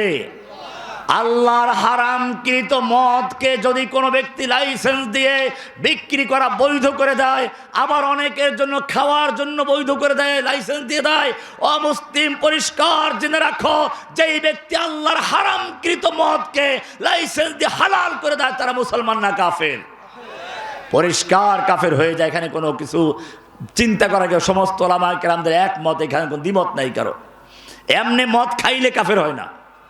খুব ভালো করে খেয়াল রাখবেন, একটা হচ্ছে গুনাহে কাবীরা, মদ খায় কিন্তু সে জানে এটা হারাম, বিশ্বাস করে হারাম, একজন লোক রোজা রাখে না কিন্তু বিশ্বাস করে রোজা আল্লাহর হুকুম বিধান ফরজ, এই লোকটা কাফের না, এটা গুনাহে কাবিরা করেছে। কিন্তু যদি কোনো ব্যক্তি মদকে হালাল মনে করে অথবা নিজে হালাল করে দেয়, বৈধ লাইসেন্স করে দেয়, সে ব্যক্তি আর ওই মদ খাওয়া একরকম না। সে ব্যক্তি মদকে বৈধ মনে করার কারণে, আল্লাহর হারামকৃত বস্তুকে হালাল করার কারণে সে কাফের হয়ে যায়। এক্ষেত্রে কোনো আলেমদের কোনো দ্বিমত নেই। যত মাসলাক বা হানাফি, শাফি, হাম্বলি, মালিকি, সালাফি, দেওবন্দি, বেরলভী সমস্ত উলামায়ে কেরামদের একই মত, মানিস্তাহাল্লা মাহারিমাহু, আল্লাহর হারামকৃত বস্তুকে যদি কোনো ব্যক্তি হালাল করে সে ব্যক্তি মুমিন থাকতে পারে না। আল্লাহর নবী মক্কা বিজয় করেছেন, মক্কা বিজয়ের 3 দিনের মাথায়, কয় দিনের মাথায়? মক্কা বিজয় করে মাত্র 3 দিন গেছে, এর মধ্যে মক্কায় একটা চুরির ঘটনা ঘটে গেছে। চুরিটাও করেছে কুরাইশ বংশের সবচেয়ে সম্ভ্রান্ত বংশ যেটা বনু মাখজুম, আবু জাহেলের বংশ যেটা, ওই বংশের এক মেয়ে চুরি করেছে। সবাই চিন্তায় পড়ে গেল, মক্কা বিজয়ের পরে প্রথম ঘটনা, এই মহিলার যদি হাত কাটা যায় তাহলে কুরাইশ বংশের বদনাম হয়ে যাবে। কাজেই নবীর কাছে একটু সুপারিশ করা প্রয়োজন, যাতে করে কমপক্ষে এই হাতটা না কাটা যায়। কিভাবে সুপারিশ করা যায়? এজন্য সবাই চিন্তা করলো, আল্লাহর নবীর তো নিজের কোনো সন্তান, পুত্র সন্তান ছিল না, কিন্তু পালক পুত্র ছিল জায়েদ, পালক পুত্রের আর একটা পুত্র ছিল নাতি, আল্লাহ নবীর নাতি উসামা। আল্লাহ নবী খুব আদর করতেন, সবাই গিয়ে তাকে ধরলো, উসামা তোমাকে একটু সুপারিশ করতে হবে আল্লাহ নবীর কাছে। কি সুপারিশ? একটা চুরির ঘটনা ঘটে গেছে। চুরিটা করেছে মক্কার সম্ভ্রান্ত বংশ বনু মাখজুমের এক মহিলা। এই মুহূর্তে যদি মহিলার হাত কাটা যায় কুরাইশ বংশের বদনাম হয়ে যাবে। নবীর বংশ তো কুরাইশ বংশ। একটু খোঁচা দিল, তারপরে আরো তেল দিল, যদি এই মহিলার হাত কাটা যায়, আল্লাহ না করুন এই লোকগুলো মুসলিম, এই মাত্র মক্কা বিজয় হয়েছে, মাত্র 3 দিন হলো তারা ইসলাম কবুল করেছে, আবার সব যে মুরতাদ হয়ে যায়। কাজে সব বিবেচনা করে তারপরে লোকটা তো মহিলা, তাকে ফাঁসি না দিয়ে পারা যায় কিনা। দেখেন না আজকে একটা রায় হয়েছে, ইচ্ছা ছিল ওই নিয়ে আলোচনা করবো, গেছে আর একদিক। যাই হোক, এখন যদি এই বিচার করা হয় তাহলে তো বংশ বদনাম হয়ে যাবে। ওসামা চিন্তা করলেন সমস্যা কি, নবীর সাথে কত কথাই বলি, দাদা যান, এটাও বলবো, অসুবিধা কি। দাদার কাছে গেল, সুন্দর করে বলল, ইয়া রাসূলুল্লাহি, একটা চুরির ঘটনা ঘটে গেছে। চুরিটা করেছে মক্কার সম্ভ্রান্ত বংশ বনু মাখজুমের একটা মহিলা। এই মহিলাটার নামটাও আবার আপনার মেয়ে ফাতেমার নামের নাম, বংশ আপনার, মেয়েটার নামটাও আপনার মেয়ের নামের নাম। যদি এই মুহূর্তে হাত কাটা যায় কুরাইশ বংশের বদনাম হয়ে যাবে, আপনার বংশের বদনাম হয়ে যাবে। একটু যদি এইবার কমপক্ষে ক্ষমা করা যায়। আল্লাহর নবী সাল্লাল্লাহু আলাইহি ওয়াসাল্লাম চেহারা লাল হয়ে গেল আর বললেন, আতাশফাউ ফি হুদুদিল্লাহ, হে উসামা তোমার এত বড় সাহস হলো কি করে? আতাশফাউ ফি হাদ্দিম মিন হুদুদিল্লাহ, আল্লাহর একটা বিধানকে পরিবর্তন করার জন্য তুমি আমার কাছে সুপারিশ করছো? জেনে রাখো, কুরাইশ বংশের মেয়ে ফাতেমা নয়। আল্লাহে লাউ আন্না ফাতেমাতা বিনতে মুহাম্মদ সারাকাত, আজকে কুরাইশ বংশের মেয়ে ফাতেমা নয়, আল্লাহর নবীর কলিজার টুকরা ফাতেমা যদি চুরি করত, লাকাতাতু ইয়াদাহা, আল্লাহর বিধান বাস্তবায়ন করার জন্য আমি তার হাত পর্যন্ত কেটে ফেলতাম। আল্লাহর বিধান বাস্তবায়ন করা, আল্লাহর বিধান পরিবর্তন করার অধিকার কারো আছে? তাহলে যারা সংসদে বসে আল্লাহর আইন বাতিল করে বিকল্প আইন তৈরি করে, তাদের অবস্থা কি হবে?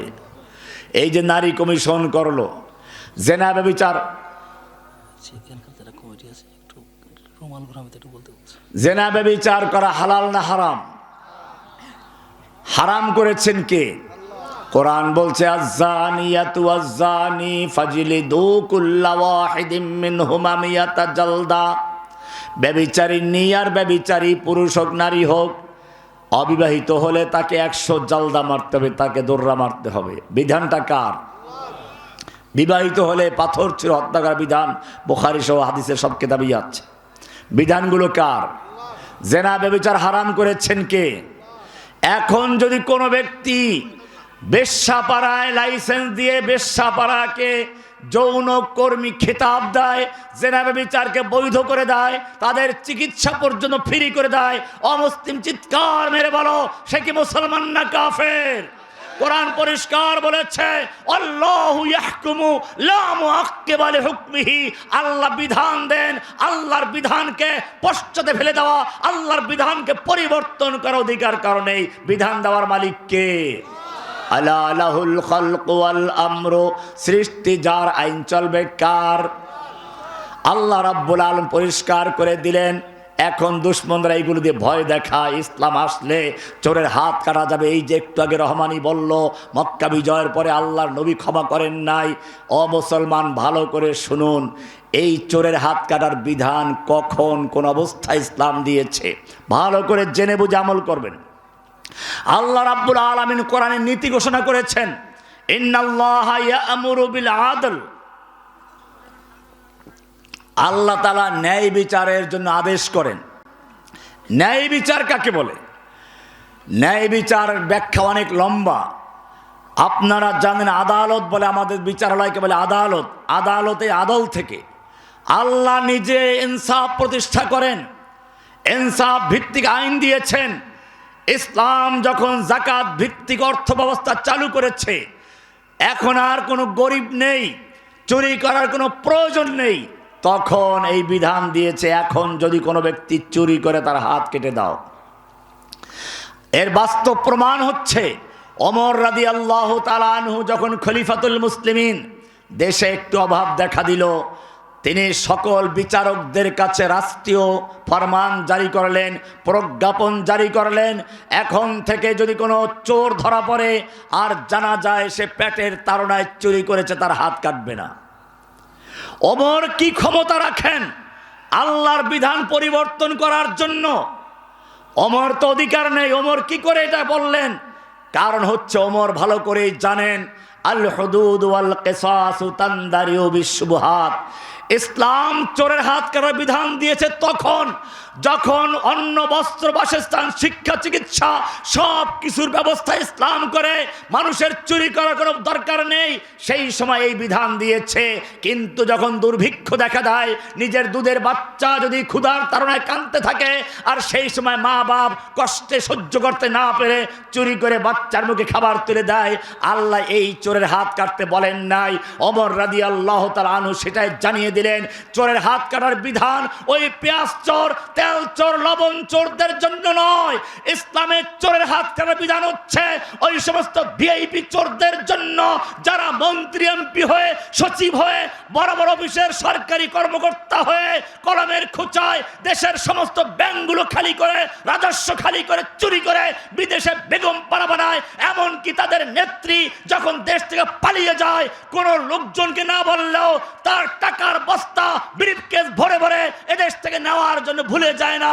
এইরকম ভিআইপি চোরদের হাত কাটার জন্য ইসলাম বলেছে, আস-সারিকু ওয়াস-সারিকাতু ফাকতাউ আইদিয়াহুমা। চোর চাই নারী হোক পুরুষ হোক, ওদের হাত কেটে দাও। এই বিধান কার জন্য? পেঁয়াজ চোরের জন্য, শীত চোরের জন্য, শীত কাটা চোরের জন্য আর পেঁয়াজ চোরের জন্য। এইটা হচ্ছে ভিআইপি চোরদের জন্য। সেজন্য মনে করতে হবে আল্লাহ সুবহানাহু ওয়া তাআলা যে বিধান দিয়েছেন, প্রত্যেকটা বিধান যদি আমরা ব্যাখ্যা করতে চাই তাহলে অনেক সময় লেগে যাবে। মেয়ে লোকদেরকে কেন অর্ধেক সম্পত্তি দিল আল্লাহ? আপনাদের মাঝখানে রুমাল চলে গেছে, আপনারা এই বড় মাহফিল, এত সুন্দর আয়োজন, সাহায্য করবেন, আলোচনা শুনতে থাকেন আর পকেটে হাত দিয়ে যা যা পারেন দিতে থাকেন। আল্লাহ সুবহানাহু ওয়া তাআলা বিধান দিয়েছেন, বিধান দেওয়ার মালিক কে? মেয়ে লোকদের কেন অর্ধেক দিল, এই নিয়ে একটা বড় প্রশ্ন। কিন্তু মনে রাখতে হবে, সমান সমান দিলে সব জায়গায় ইনসাফ প্রতিষ্ঠা হয় না। ইসলাম বলে ইনসাফ প্রতিষ্ঠার জন্য। আপনি মনে করেন, একটা উদাহরণ দিলে পরিষ্কার হয়ে যাবে। মনে করুন আমি ডায়াবেটিস রোগী, সকালে নাস্তায় 2টা রুটি খাই। আবার মনে করেন একজন বাচ্চা, সে 1টা রুটি খায়। আবার একজন টাকরা যুবক, সে 3টা রুটি খায়। আপনি সকালবেলা 3 জনকে একসাথে বসালেন, এরপরে সমান সমান দিবেন। এখন যদি আমার ডায়াবেটিস রোগীর দিকে খেয়াল করেন, সবাইকে 2টা করে দেন, বাচ্চার একটা বেশি হবে আর ওই যুবকের একটা কম হয়ে যাবে। যুবকের দিকে লক্ষ্য করে সমান দিলে 3টে করে দিলেন, আমার একটা বেশি হবে, বাচ্চা 2টো বেশি হয়ে যাবে। বাচ্চার দিকে লক্ষ্য করে 1টা করে দিলে বাচ্চার 2টা বেশি হবে, আমার একটা বেশি হবে। ইনসাফ হচ্ছে এখানে এই, সমান নয়, যার যেটা প্রয়োজন, যার যেটা দরকার তাকে দেওয়া। আল্লাহ সুবহানাহু ওয়া তাআলা কোরআনের সূরা নিসা 11 নম্বরে বলেছেন, ইউসিকুমুল্লাহু ফি আওলাদিকুম লিযযাকারি মিসলু হাজ্জিল উনসায়াইন। আল্লাহ রাব্বুল আলামিন তোমাদের ওসিয়ত করছেন, একজন পুরুষ 2জন নারীর সমান সম্পত্তি পাবে। আইনটা দিয়েছেন কে? কেন দিয়েছেন? পরে যদি কোনো ব্যক্তি আল্লাহর এই আইনের উপর আপত্তি করে, প্রশ্ন করে, আল্লাহ নারীদের কেন অর্ধেক দিলেন, অমুসলিম চিৎকার মেরে বলো সেই ব্যক্তি মুসলমান না কাফের। সূরা নিসার 65 নম্বর আগেই বলেছি, আল্লাহর আইনের ব্যাপারে যদি কারো কোনো দ্বিধাদ্বন্দ্ব থাকে, সংশয় থাকে, খুঁতখুঁতি থাকে, আল্লাহ পরিষ্কার করে বলেছেন, হলফ করে বলেছেন, ফালা ওয়া রাব্বিকা লা ইউমিনুনা, না ওরা যতই দাবি করুক ওরা মুমিন, খবরদার ওরা মুমিন নয়। ফালা ওয়া রাব্বিকা লা ইউমিনুনা হাত্তা ইউহাক্কিমুকা ফীমা শাজারা বাইনাহুম, ও মুমিন হতে পারে না। প্রশ্ন হচ্ছে, আল্লাহ নারীদেরকে অর্ধেক দিলেন কেন? এটা খুব ভালো করে শুনুন। মনে করুন আপনার একটা ছেলে, একটা মেয়ে, এই 2টা রেখে আপনি মারা গেলেন, আপনার নগদ ক্যাশ 3 লক্ষ টাকা আছে। 3 লক্ষ টাকা আপনার ছেলে কোরআনের ভাগ অনুযায়ী পাবে 2 লাখ, মেয়ে পাবে 1 লাখ। দুজনের বিয়ের বয়স হয়ে গেল। এবারে ছেলে বিয়ে করলো, স্ত্রীকে দিল 1 লাখ টাকা মোহরানা, আছে তার 1 লাখ। স্ত্রী নিয়ে আসলো ঘরে, কাপড় চোপড় সব স্বামীর দায়িত্বে। অপরদিকে আপনার মেয়েটার বিয়ে হয়ে গেল, সে স্বামীর ঘরে চলে গেল, নিজের কাছে 1 লাখ টাকা ছিল, মোহর পাইল আর 1 লাখ টাকা, 2 লাখ হয়ে গেছে। স্বামীর কাছে চলে গেছে, তার কোনো খরচ নেই। এখন দেখা যায় শুধুমাত্র এই 2 লাখ টাকাই না তার, এরপরে সে আরও কয়েক জায়গা থেকে ভাগ পাবে। ইসলাম বলে স্বামীর দায়িত্ব অনেক বেশি, পুরুষের দায়িত্ব বেশি। এই কারণে আল্লাহ সুবহানাহু ওয়া তাআলা পুরুষকে ডবল দিয়েছেন, স্ত্রীকে দায়িত্ব কম, খরচ কম, অর্ধেক দিয়েছেন। এটাই হচ্ছে ইনসাফ। এই কারণে কোরআন বলছে, ইন্নাল্লাহা ইয়া'মুরু বিল আদল। এইভাবে আল্লাহ সুবহানাহু ওয়া তাআলা ন্যায় প্রতিষ্ঠার জন্য কোরআন নাজিল করেছেন। যুগে যুগে মানুষকে 3 শ্রেণীর লোকেরা তাদের দাস বানিয়েছিল। 1 নাম্বার ছিল ফিরাউনরা, যুগে যুগে শাসকরা। আর এই শাসকদেরকে টিকিয়ে রাখার জন্য একদল দরবারি আলেম ছিল, দরবারি আলেম। কোরআন বলছে এবারে 2 নম্বর গ্রুপ, ইত্তাখাযু আহবারাহুম ওয়া রুহবানাহুম আরবাবাম মিন দুনিল্লাহ। 2 নম্বর গ্রুপ অংশ, যারা নিজেদেরকে রব বানিয়ে নিয়েছিল, মানুষকে দাসত্বে পরিণত করেছিল, নিজেরা রবের আসনে বসেছিল। এদের দ্বিতীয় গ্রুপটা হচ্ছে আহবার এবং রুহবান। বড় বড় পণ্ডিত, বড় বড় আলেম, বিজ্ঞ আলেমরা, ওই সময় ইহুদি খ্রিস্টানদের আলেমরা। কোরআনের সূরা তওবার 31 নম্বর আয়াত আল্লাহ বলছেন, ইত্তাখাযু আহবারাহুম ওয়া রুহবানাহুম আরবাবাম মিন দুনিল্লাহ। ইহুদি খ্রিস্টানেরা তাদের বিজ্ঞ আলেমদেরকে, বড় বড় পীর বুজুর্গদেরকে আল্লাহর পরিবর্তে রব বানিয়ে নিয়েছে। কেমনে রব বানালো? একদিকে শাসকরা যেরকম ভাবে আল্লাহর বিধানকে পরিবর্তন করে নিজেরা আইন তৈরি করত, ঠিক তেমনি ভাবে ধর্মীয় দিক থেকে আর এক দল লোক নিজেরা পীর হয়ে গেছে, পোপ হয়ে বসে আছে, পাদ্রী হয়ে বসে আছে। আল্লাহর বিধান যেটা তাদের মতের সঙ্গে মিলে না, ওটাকে পরিবর্তন করে ভিন্ন একটা আইন তৈরি করে দেয়। কোরআন বলছে, ইত্তাখাযু আহবারাহুম ওয়া রুহবানাহুম আরবাবাম মিন দুনিল্লাহ। এই লোকগুলো নিজেদেরকে আল্লাহর পরিবর্তে রব বানিয়ে নিয়েছে। আদি ইবনে হাতেম, মক্কা আরবের প্রখ্যাত দানবীর, হাতেম তাইর ছেলে, মক্কা বিজয়ের সময় পালিয়ে গিয়েছিল। আল্লাহর নবী তার বোনের মাধ্যমে নিরাপত্তা দিলেন, মক্কায় ফিরে আসলো। তখনও তার গলায় কুরুশ ঝুলছিল। এসে আল্লাহর নবীকে বলল, কোরআনের আয়াত আমার আপত্তি আছে। কোরআন বলছে ইহুদি খ্রিস্টানরা তাদের আহবার এবং রুহবানদেরকে আল্লাহর পরিবর্তে রব বানিয়েছে। কই, আমি তো একজন খ্রিস্টান আলেম, আমরা তো নিজেদেরকে রব বানাই নাই। আল্লাহ নবী জিজ্ঞেস করেন, হে আদি, আদি ইবনে হাতেম, বিষয়টা কি এমন নয় তোমাদের আসমানি কেতাবে একটা বিধান আছে একরকম, আর তোমাদের পীর বুজুর্গ তোমাদের পুরোহিতরা ব্যাখ্যা দিল আর এক রকম, তখন কি তোমরা আল্লাহরটা মানো না তোমাদের পীর পুরোহিতদের বক্তব্যটা মানো? কয় না, তখন তো পীর পুরোহিতদের ফতুয়াটাই মানি। বলে এইটাই হচ্ছে রব্বান। এটাই কি? আমাদের সমাজেও দেখি আমরা, যুগে যুগে এই লোকগুলো কাদিয়ানীরা ছিল সেই ইংরেজদের সময়, আমাদের সময় আমরা দেখলাম গত ফেরাউনের সময় একদল আলেম এই লেডি ফেরাউনকে জান্নাতের টিকিট পর্যন্ত দিতে দ্বিধা করে নাই। বলে দিয়েছিল আপনি জান্নাতের মহিলা, জান্নাতি বলে বলে নাই, আপনি জান্নাতি নারী।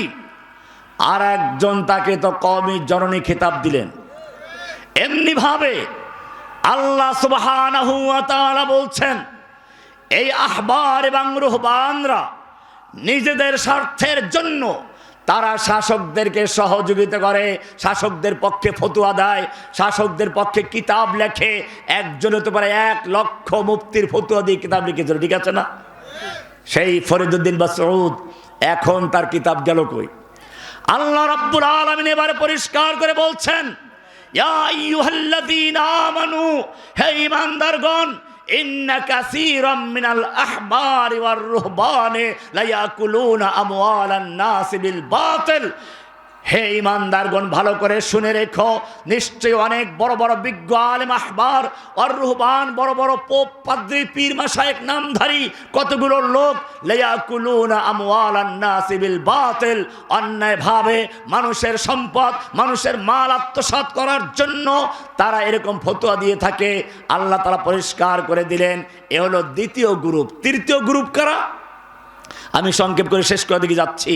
তৃতীয় নাম্বার গ্রুপ হচ্ছে এই দুই দল যখন একে অপরকে সাহায্য করতে গিয়ে, লুটপাট করতে গিয়ে দেশের ব্যাংক রাজস্ব সব খেয়ে ফেলে ব্যাংক খালি হয়ে যায়, তখন তৃতীয় আর এক গ্রুপের কাছে ধর্ণা দেয়। তারা হলো ব্যবসায়ীরা, ধনী ব্যবসায়ীরা, বড় বড় কোম্পানির মালিক, গার্মেন্টসের মালিক। তাদের আবার শাসকদের সহযোগিতা প্রয়োজনের জন্য, কারণ তারা শ্রমিকদের বেতন ঠিক মতো দেয় না। আন্দোলন করলে তখন শাসকদের লাগে পুলিশ আর মুফতি সাহেবদের লাগে ফতুয়া। এই কারণে তারা দুই দলকে পালে, হুজুরকেও ভেট দেয়, সরকারকেও ভেট দেয়, দিয়ে দিয়ে শাসন করে, এদেরকে শ্রমিকদেরকে শাসন করে তারা। এই 3 শ্রেণীর মানুষেরা যুগে যুগে আল্লাহর বান্দাদেরকে নিজেদের গোলাম বানিয়ে রেখেছিল। কোরআন বলছে এই সমস্ত শৃঙ্খল থেকে, মানুষের গোলামির থেকে মানুষকে মুক্ত করার জন্য কোরআন বলছে, ইয়া আইয়ুহান নাস ইন্না খালাকনাকুম মিন যাকারিন ওয়া উনসা। হে মানব জাতি, ও হে মানুষ, তুমি হিন্দু হও, খ্রিস্টান হও, বৌদ্ধ হও, নাসারা হও, মুসলিম হও, যেই হও না কেন, ইয়া আইয়ুহান নাস ইন্না খালাকনাকুম মিন যাকারিন ওয়া উনসা, আমি তোমাদেরকে একজন পুরুষ একজন নারীর থেকে সৃষ্টি করেছি। ওয়াজআলনাকুম শুউবান ওয়া কাবাইলা লিতাআরাফু, আমি তোমাদেরকে বিভিন্ন দলে, বিভিন্ন বড় বড় গোত্রে, বিভিন্ন ছোট গোত্রে বিভক্ত করেছি। কেন? লিতাআরাফু, যাতে তোমরা একে অপরকে চিনতে পারো, পরিচয় লাভ করতে পারো। সেজন্য বিভিন্ন রঙে, বিভিন্ন গোত্রে বিভক্ত করেছি। কিন্তু এর মাধ্যমে আমার কাছে কোনো মান নির্ণয় হবে না, আমার কাছে কোনো অভিজাত নাই, এলিট ফ্যামিলি নাই। ওরা 3 দল লোক নিজেদেরকে এলিট বানিয়েছে, ভিআইপি সিআইপি বানিয়ে নিয়েছে, আর অন্য জনগণকে সাধারণ জনগণ বানিয়ে নিয়েছে। আমার কাছে কোনো সাধারণ কেউ নেই, সবই একরকম, কিন্তু একটা মাপকাঠি আছে, ইন্না আকরামাকুম ইনদাল্লাহি আতকাকুম। আমার কাছে মাপকাঠি হচ্ছে তোমাদের মধ্যে যে সবচেয়ে বড় মুত্তাকি, যে তাকওয়াবান, সে হচ্ছে আমার কাছে সবচেয়ে বড় সম্মানিত। আল্লাহর কাছে মান নির্ণয় হয় তাকওয়া দিয়ে। এই তাকওয়া যারা অবলম্বন করবে, আল্লাহ তাদের জন্য বলেছেন, যালিকাল কিতাবু লা রাইবা ফীহি হুদাল লিল।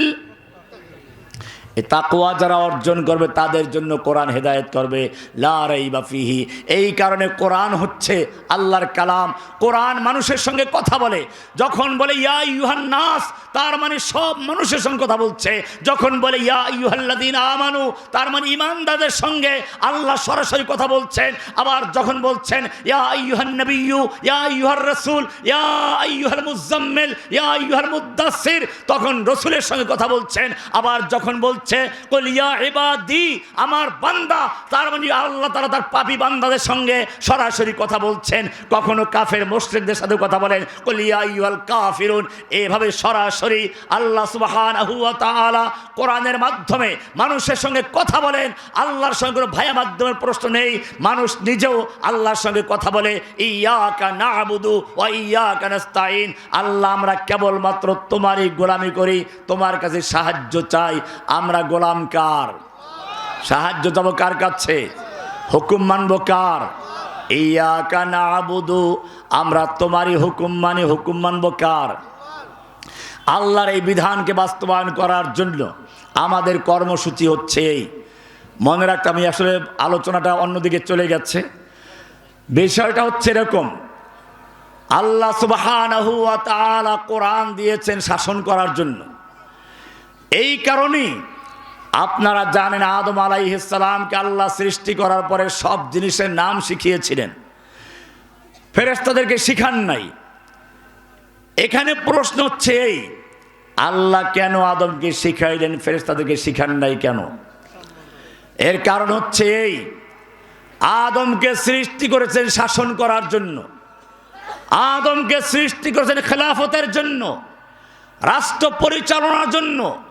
এই রাষ্ট্র পরিচালনা করতে হলে কোন জিনিস কোন কাজে লাগে তাকে জানতে হবে। ফেরেশতাদের এই কাজ না, সেজন্য জানার কোনো প্রয়োজনে তাদের কাজ তাসবিহ তাহলিল করা। এজন্য জানতে হবে না লোহা কোন কাজে লাগে। আল্লাহ রাব্বুল আলামিন আদমকে শিখিয়েছেন লোহা কোন কাজে লাগে। দাউদ আলাইহিস সালামকে বলেছেন লোহা কেমনে নরম করে অস্ত্র তৈরি করতে হয়। কোরআন বলছে ওয়া আলান্না লাহুল হাদিদ, আমি দাউদের জন্য লোহাকে নরম করে দিয়েছি। কেন লোহা নরম করে দিয়েছো? কাঁটা চামচ তৈরি করে মুরগি খাওয়ার জন্য নাকি মিষ্টি খাওয়ার জন্য চামচ তৈরি করার জন্য? কোরআন বলছেন না, আনি'মাল সাবিগাতিন, আমি লোহা নরম করে দিয়েছি লোহার মাধ্যমে সাবিগাতিন, পূর্ণ দৈর্ঘ্য লৌহ বর্ম তৈরি করার জন্য, অকদ্দির ফিস সারদে, এবং বর্মগুলো আটকাবার জন্য যেন পরিমাণ মতো তৈরি করা হয়, যেন ঠিক মতো যেন তার কাঁটাগুলো, যেন তার বটমগুলো তৈরি করা হয়। এই জন্য আমি লোহাকে নরম করে দিয়েছি। আমাদেরকে বলা হচ্ছে, মুসলিম উম্মাহকে আল্লাহ বলছেন খবরদার, তোমাদেরকে কিন্তু একটা সূরা দিয়েছে লোহা। কি সূরা? কোরআন বলছে ওয়া আনজালনাল হাদিদ, কোরআনের একটা সূরার নাম সূরা আল হাদিদ। সূরার নাম কি? আল হাদিদ। হাদিদ মানে কি? লোহা। এই সূরার 25 নম্বর আয়াতে আল্লাহ রাব্বুল আলামিন জানিয়ে দিলেন আমাদের কাজ কি। দুইটা কাজ। কয়টা কাজ? এটা তোমাদের কর্মসূচি। 1 নম্বর কাজ হচ্ছে লাকাদ আরসালনা রুসুলানা বিল বায়িনাত। আল্লাহ তাআলা বলছেন আমি নবী রাসূলদেরকে 2টা জিনিস দিয়েছি। একটা জিনিস দিয়েছি বায়িনাত, সুস্পষ্ট বিধান, কিতাব দিয়েছি বায়িনাত। وأنزلنا معهم الكتاب والميزان ليقوم الناس بالقسط, কিতাব দিয়েছি, আইনের কিতাব, সংবিধান দিয়েছি মানুষের মধ্যে ইনসাফ প্রতিষ্ঠার জন্য, ন্যায় বিচার প্রতিষ্ঠার জন্য। কিন্তু সকলেই তো আর ন্যায় বিচার মানবে না, কিছু ক্যান্সার আছে। এটা আমি উদাহরণ এভাবে দেই। আপনার মনে করুন হাতে একটা ফোসকা পড়েছে, আপনি ডাক্তারের কাছে গেলেন, ডাক্তার প্রথমে আপনাকে একটা মলম দিল, মলম 1 মাস লাগাইলেন, কোনো কাজ হয় নাই। আবার গেলেন, ডাক্তার সাহেব অ্যান্টিবায়োটিক দিল, 1 মাস খাইলেন, কোনো কাজ হয় নাই। আবার গেলেন, এবারে ডাক্তার ফোসকাটা কেটে চামড়া একটু নিয়ে ল্যাবে পরীক্ষা করলো, বলল সর্বনাশ, দুঃসংবাদ, ক্যান্সার হয়ে গেছে। এখন তোমার এই অঙ্গ কাটতে হবে। কাটার জন্য 5 লক্ষ টাকার প্রয়োজন। বাড়ি গিয়ে গরু বিক্রি করো, জমি বিক্রি করো, 5 লক্ষ টাকা নিয়ে আসো। লোকটা বাড়ি গিয়ে 5 লক্ষ টাকা জোগাড় করলো।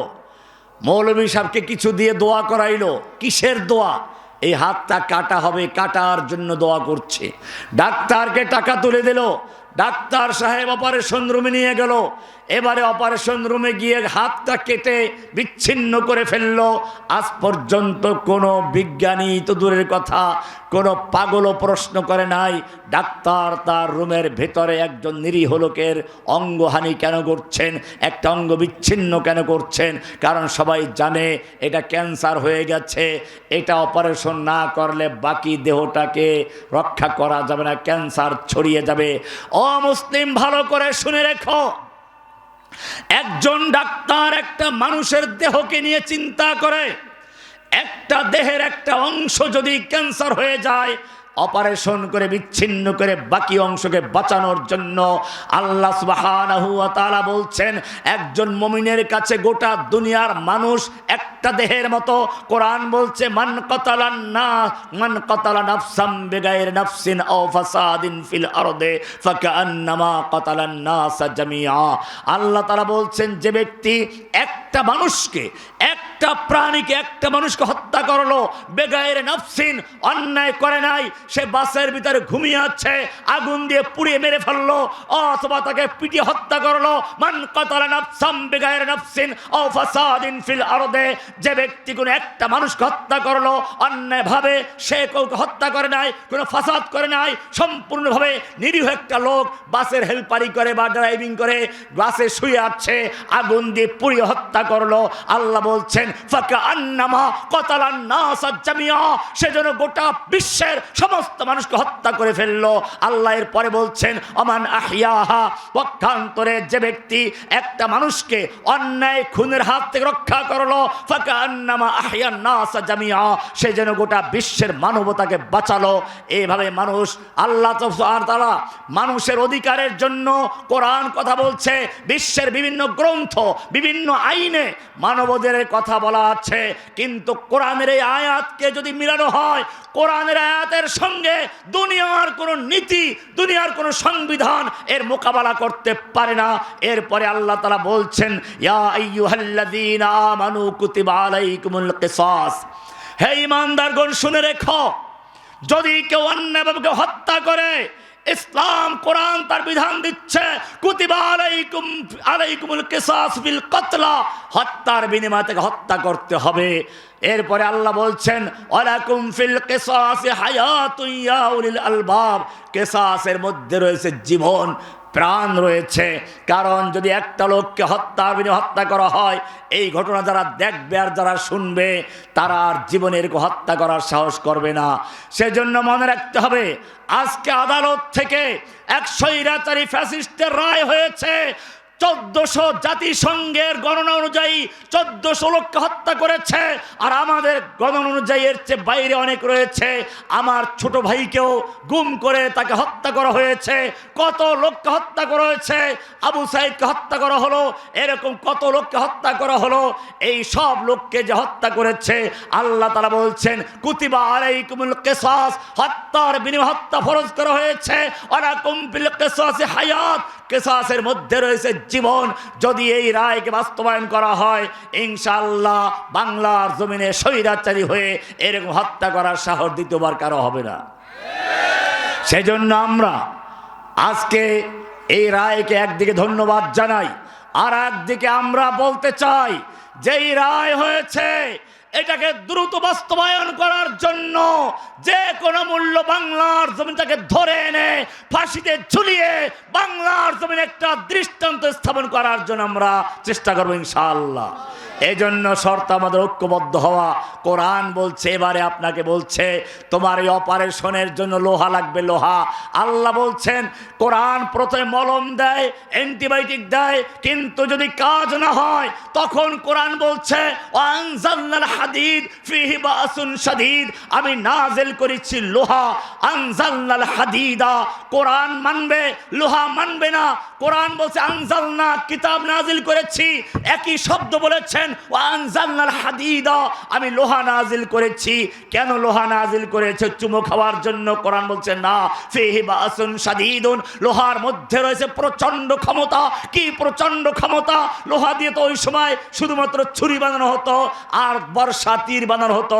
আল্লাহ বলছেন কোরআন তো ওই সময়ের জন্য না, এই লোহা দিয়ে তৈরি হবে বাসুন শাদীদুন, প্রচন্ড ক্ষমতা। স্থলে চলার জন্য ট্যাঙ্কের মতো যান তৈরি হবে, আকাশে যুদ্ধ করার জন্য জেট বিমান তৈরি হবে, পানির মধ্যে যুদ্ধ করার জন্য সাবমেরিন তৈরি হবে। ফিহি বাসুন শাদীদুন ওয়া মানাফিউ লিন-নাস ওয়া লিয়া'লামাল্লাহু মান ইয়ানসুরুহু ওয়া রুসুলুহু বিল গায়বে। আল্লাহ তাআলা দেখে নিতে চান কারা লোহার মাধ্যমে আল্লাহকে সাহায্য করতে চায়। বোঝা গেল আল্লাহ দুইটা জিনিস দিয়েছেন। কয়টা জিনিস দিয়েছেন? কয়টা জিনিস নাজিল করেছেন? একটা হলো আল কিতাব, আর একটা হচ্ছে আল হাদিদ। কয়টা জিনিস হলো? হাদিস বলে নাই, কি বলছি? হাদিদ। হাদিদ মানে কি? লোহা। কোরআনের সূরা আল হাদিদের 25 নম্বর একটা পড়বেন, দুইটা জিনিস পাওয়া যাবেন। এরপরে আল্লাহ বলছেন খবরদার, এবারে তোমাদের কাজ হচ্ছে ট্রেনিং করো, প্রস্তুতি নাও। কি করো? ওয়াআইদ্দু লাহুম মাসতাতাতুম মিন কুওয়া, তুমি যতই মিছিল করো, আন্দোলন করো, স্লোগান দাও, কোনো কেউ শুনবে না। ফিলিস্তিনি মুসলিমরা 70 বছর ধরে মিছিল করে আসছে, ইন্তেফাদা করে আসলো, কোনো লাভ হয় নাই। তাদেরকে পাইকারি হত্যা করা হয়েছে, আবার আরাকানের মুসলিমদেরকেও হত্যা করা হয়েছে। পাকিস্তান যেদিন বোমা তৈরি করলো, পারমাণবিক বোমা, সেদিন ইন্ডিয়ার মাথা নত হয়ে গেছে। এই জন্য মনে রাখবেন, পাওয়ার থাকলে আপনি রাস্তা দিয়ে চলবেন, রাস্তা ফাঁকা হয়ে যাবে। পাওয়ার নাই, আপনি চিল্লাবেন, কেউ জায়গা দিবে? মুমিনদের মাওলা আছেন কে? যারা লা ইলাহা ইল্লাল্লাহ বলে সব কিছু বর্জন করে শুধু একজনকে গ্রহণ করে, আল্লাহ বলেন তাদের কোনো ভয় নেই, তাদের ওলি আছে, অভিভাবক আছে। ওরা স্লোগান দিতে গিয়ে বলে ওই নেতা আছে, একজনে বলে আছে, কোন সে নেতা? অমুক নেতা। আল্লাহ বলছেন না, ওদের কোনো নেতা নেই। যালিকা বিআন্নাল্লাহা মাওলাল্লাযীনা আমানু, মুমিনদের মাওলা হচ্ছে আল্লাহ। ওয়া আন্নাল কাফিরিনা লা মাওলা লাহুম, ওরা যতই বলুক নেতা আছে, আল্লাহ বলছেন না, ওয়া আন্নাল কাফিরিনা লা মাওলা লাহুম, কাফিরদের কোনো মাওলা নেই, ওদের কোনো নেতা নেই, ওদের অভিভাবক নেই। মুমিনদের মাওলা কে? এই জন্য প্রথম কাজ এই হিম্মত রাখা, সাহস রাখা। কোরআন বলছে আল্লাযীনা ইয়াত্তাখিযুনাল কাফিরিনা আউলিয়া মিন দুনিল মুমিনিন, হে নবী ওই লোকদেরকে জানিয়ে দিন, মুসলিম দাবি করার পরেও যারা ইহুদি খ্রিস্টানদের কাছে ধর্ণা দেয়, ইন্ডিয়া গিয়ে ধর্ণা দেয়, ক্ষমতার যারা ভাগাভাগি চায়, সমর্থন চায়, হিন্দুদের সমর্থন চায়, এজন্য মন্দির পাহারা দেয়।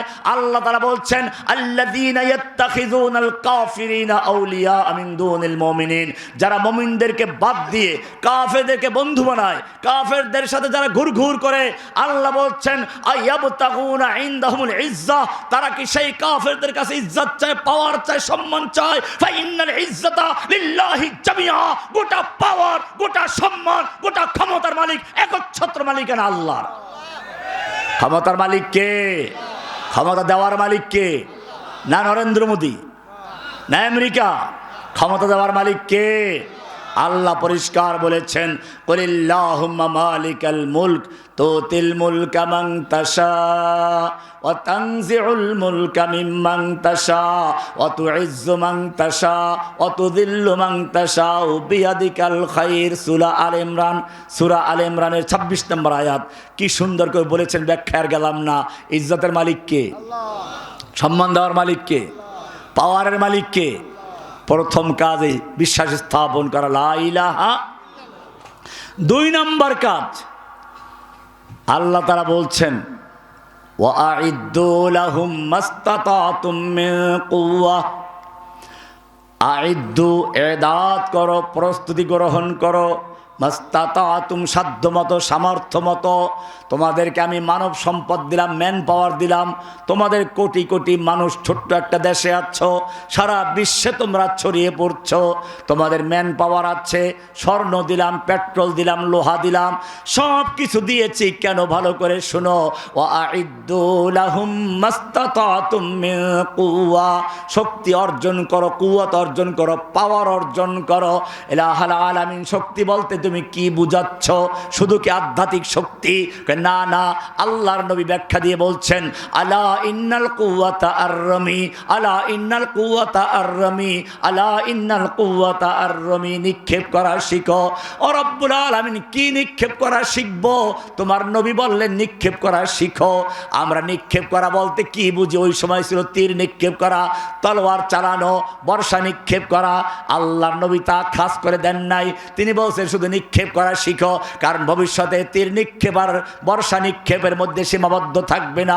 নিক্ষেপ করা শিখো, তার মধ্যে আসবে তোমার পারমাণবিক বোমা নিক্ষেপ করা, ক্ষেপণাস্ত্র নিক্ষেপ করা, সব নিক্ষেপ করা অন্তর্ভুক্ত করছে।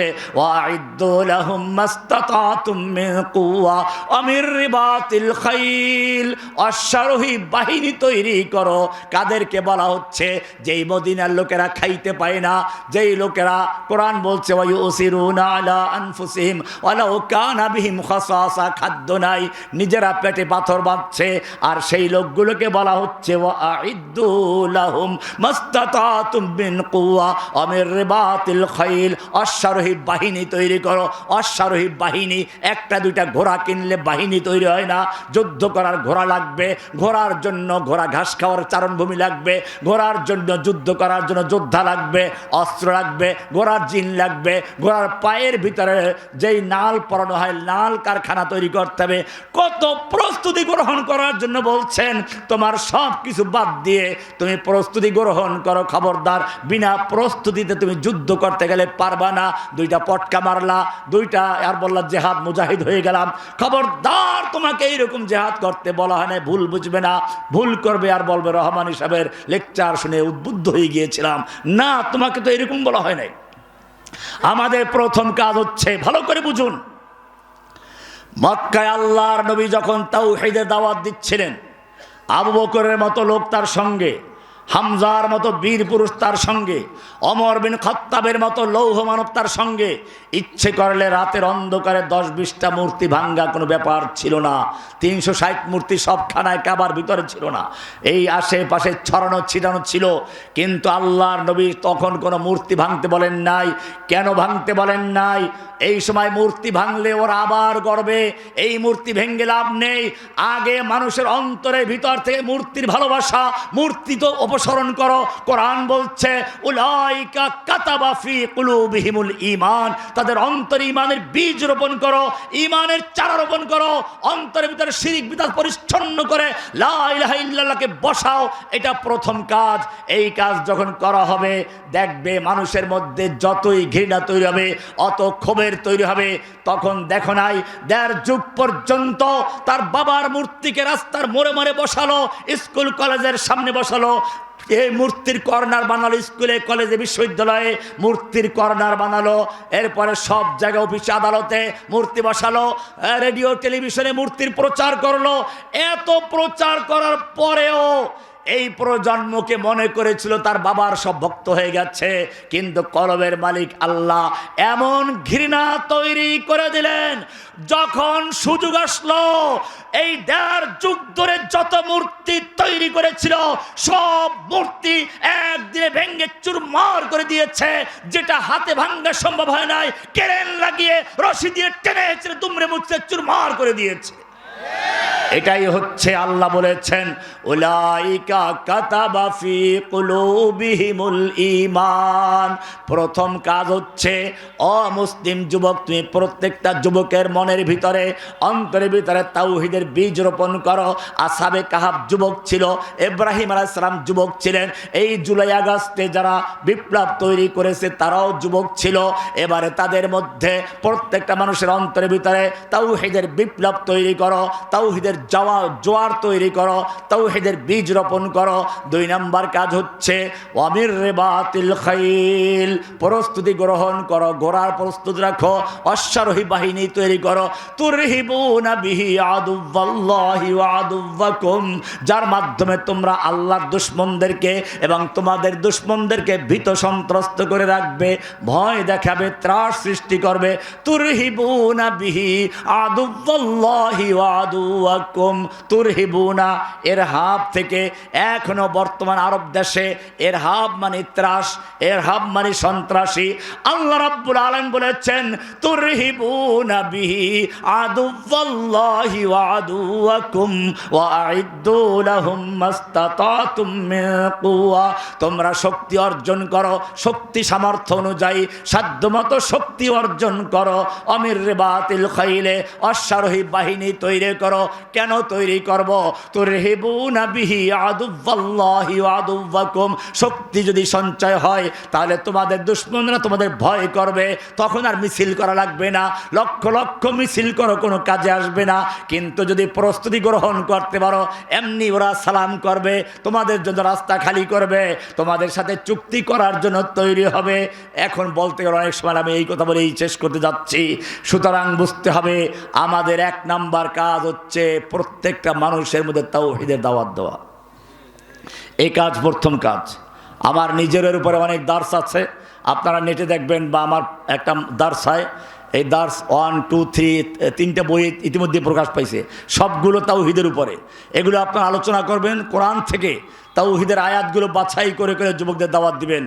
এরপরে 2 নাম্বার কাজ হলো যেটা, সেটা ইনশাআল্লাহ সবাই বলে দিবে, সেই জন্য মনে রাখতে হবে আল্লাহ সুবহানাহু ওয়া তাআলা এভাবে আমাদেরকে অনেকগুলো বিষয় বলেছেন।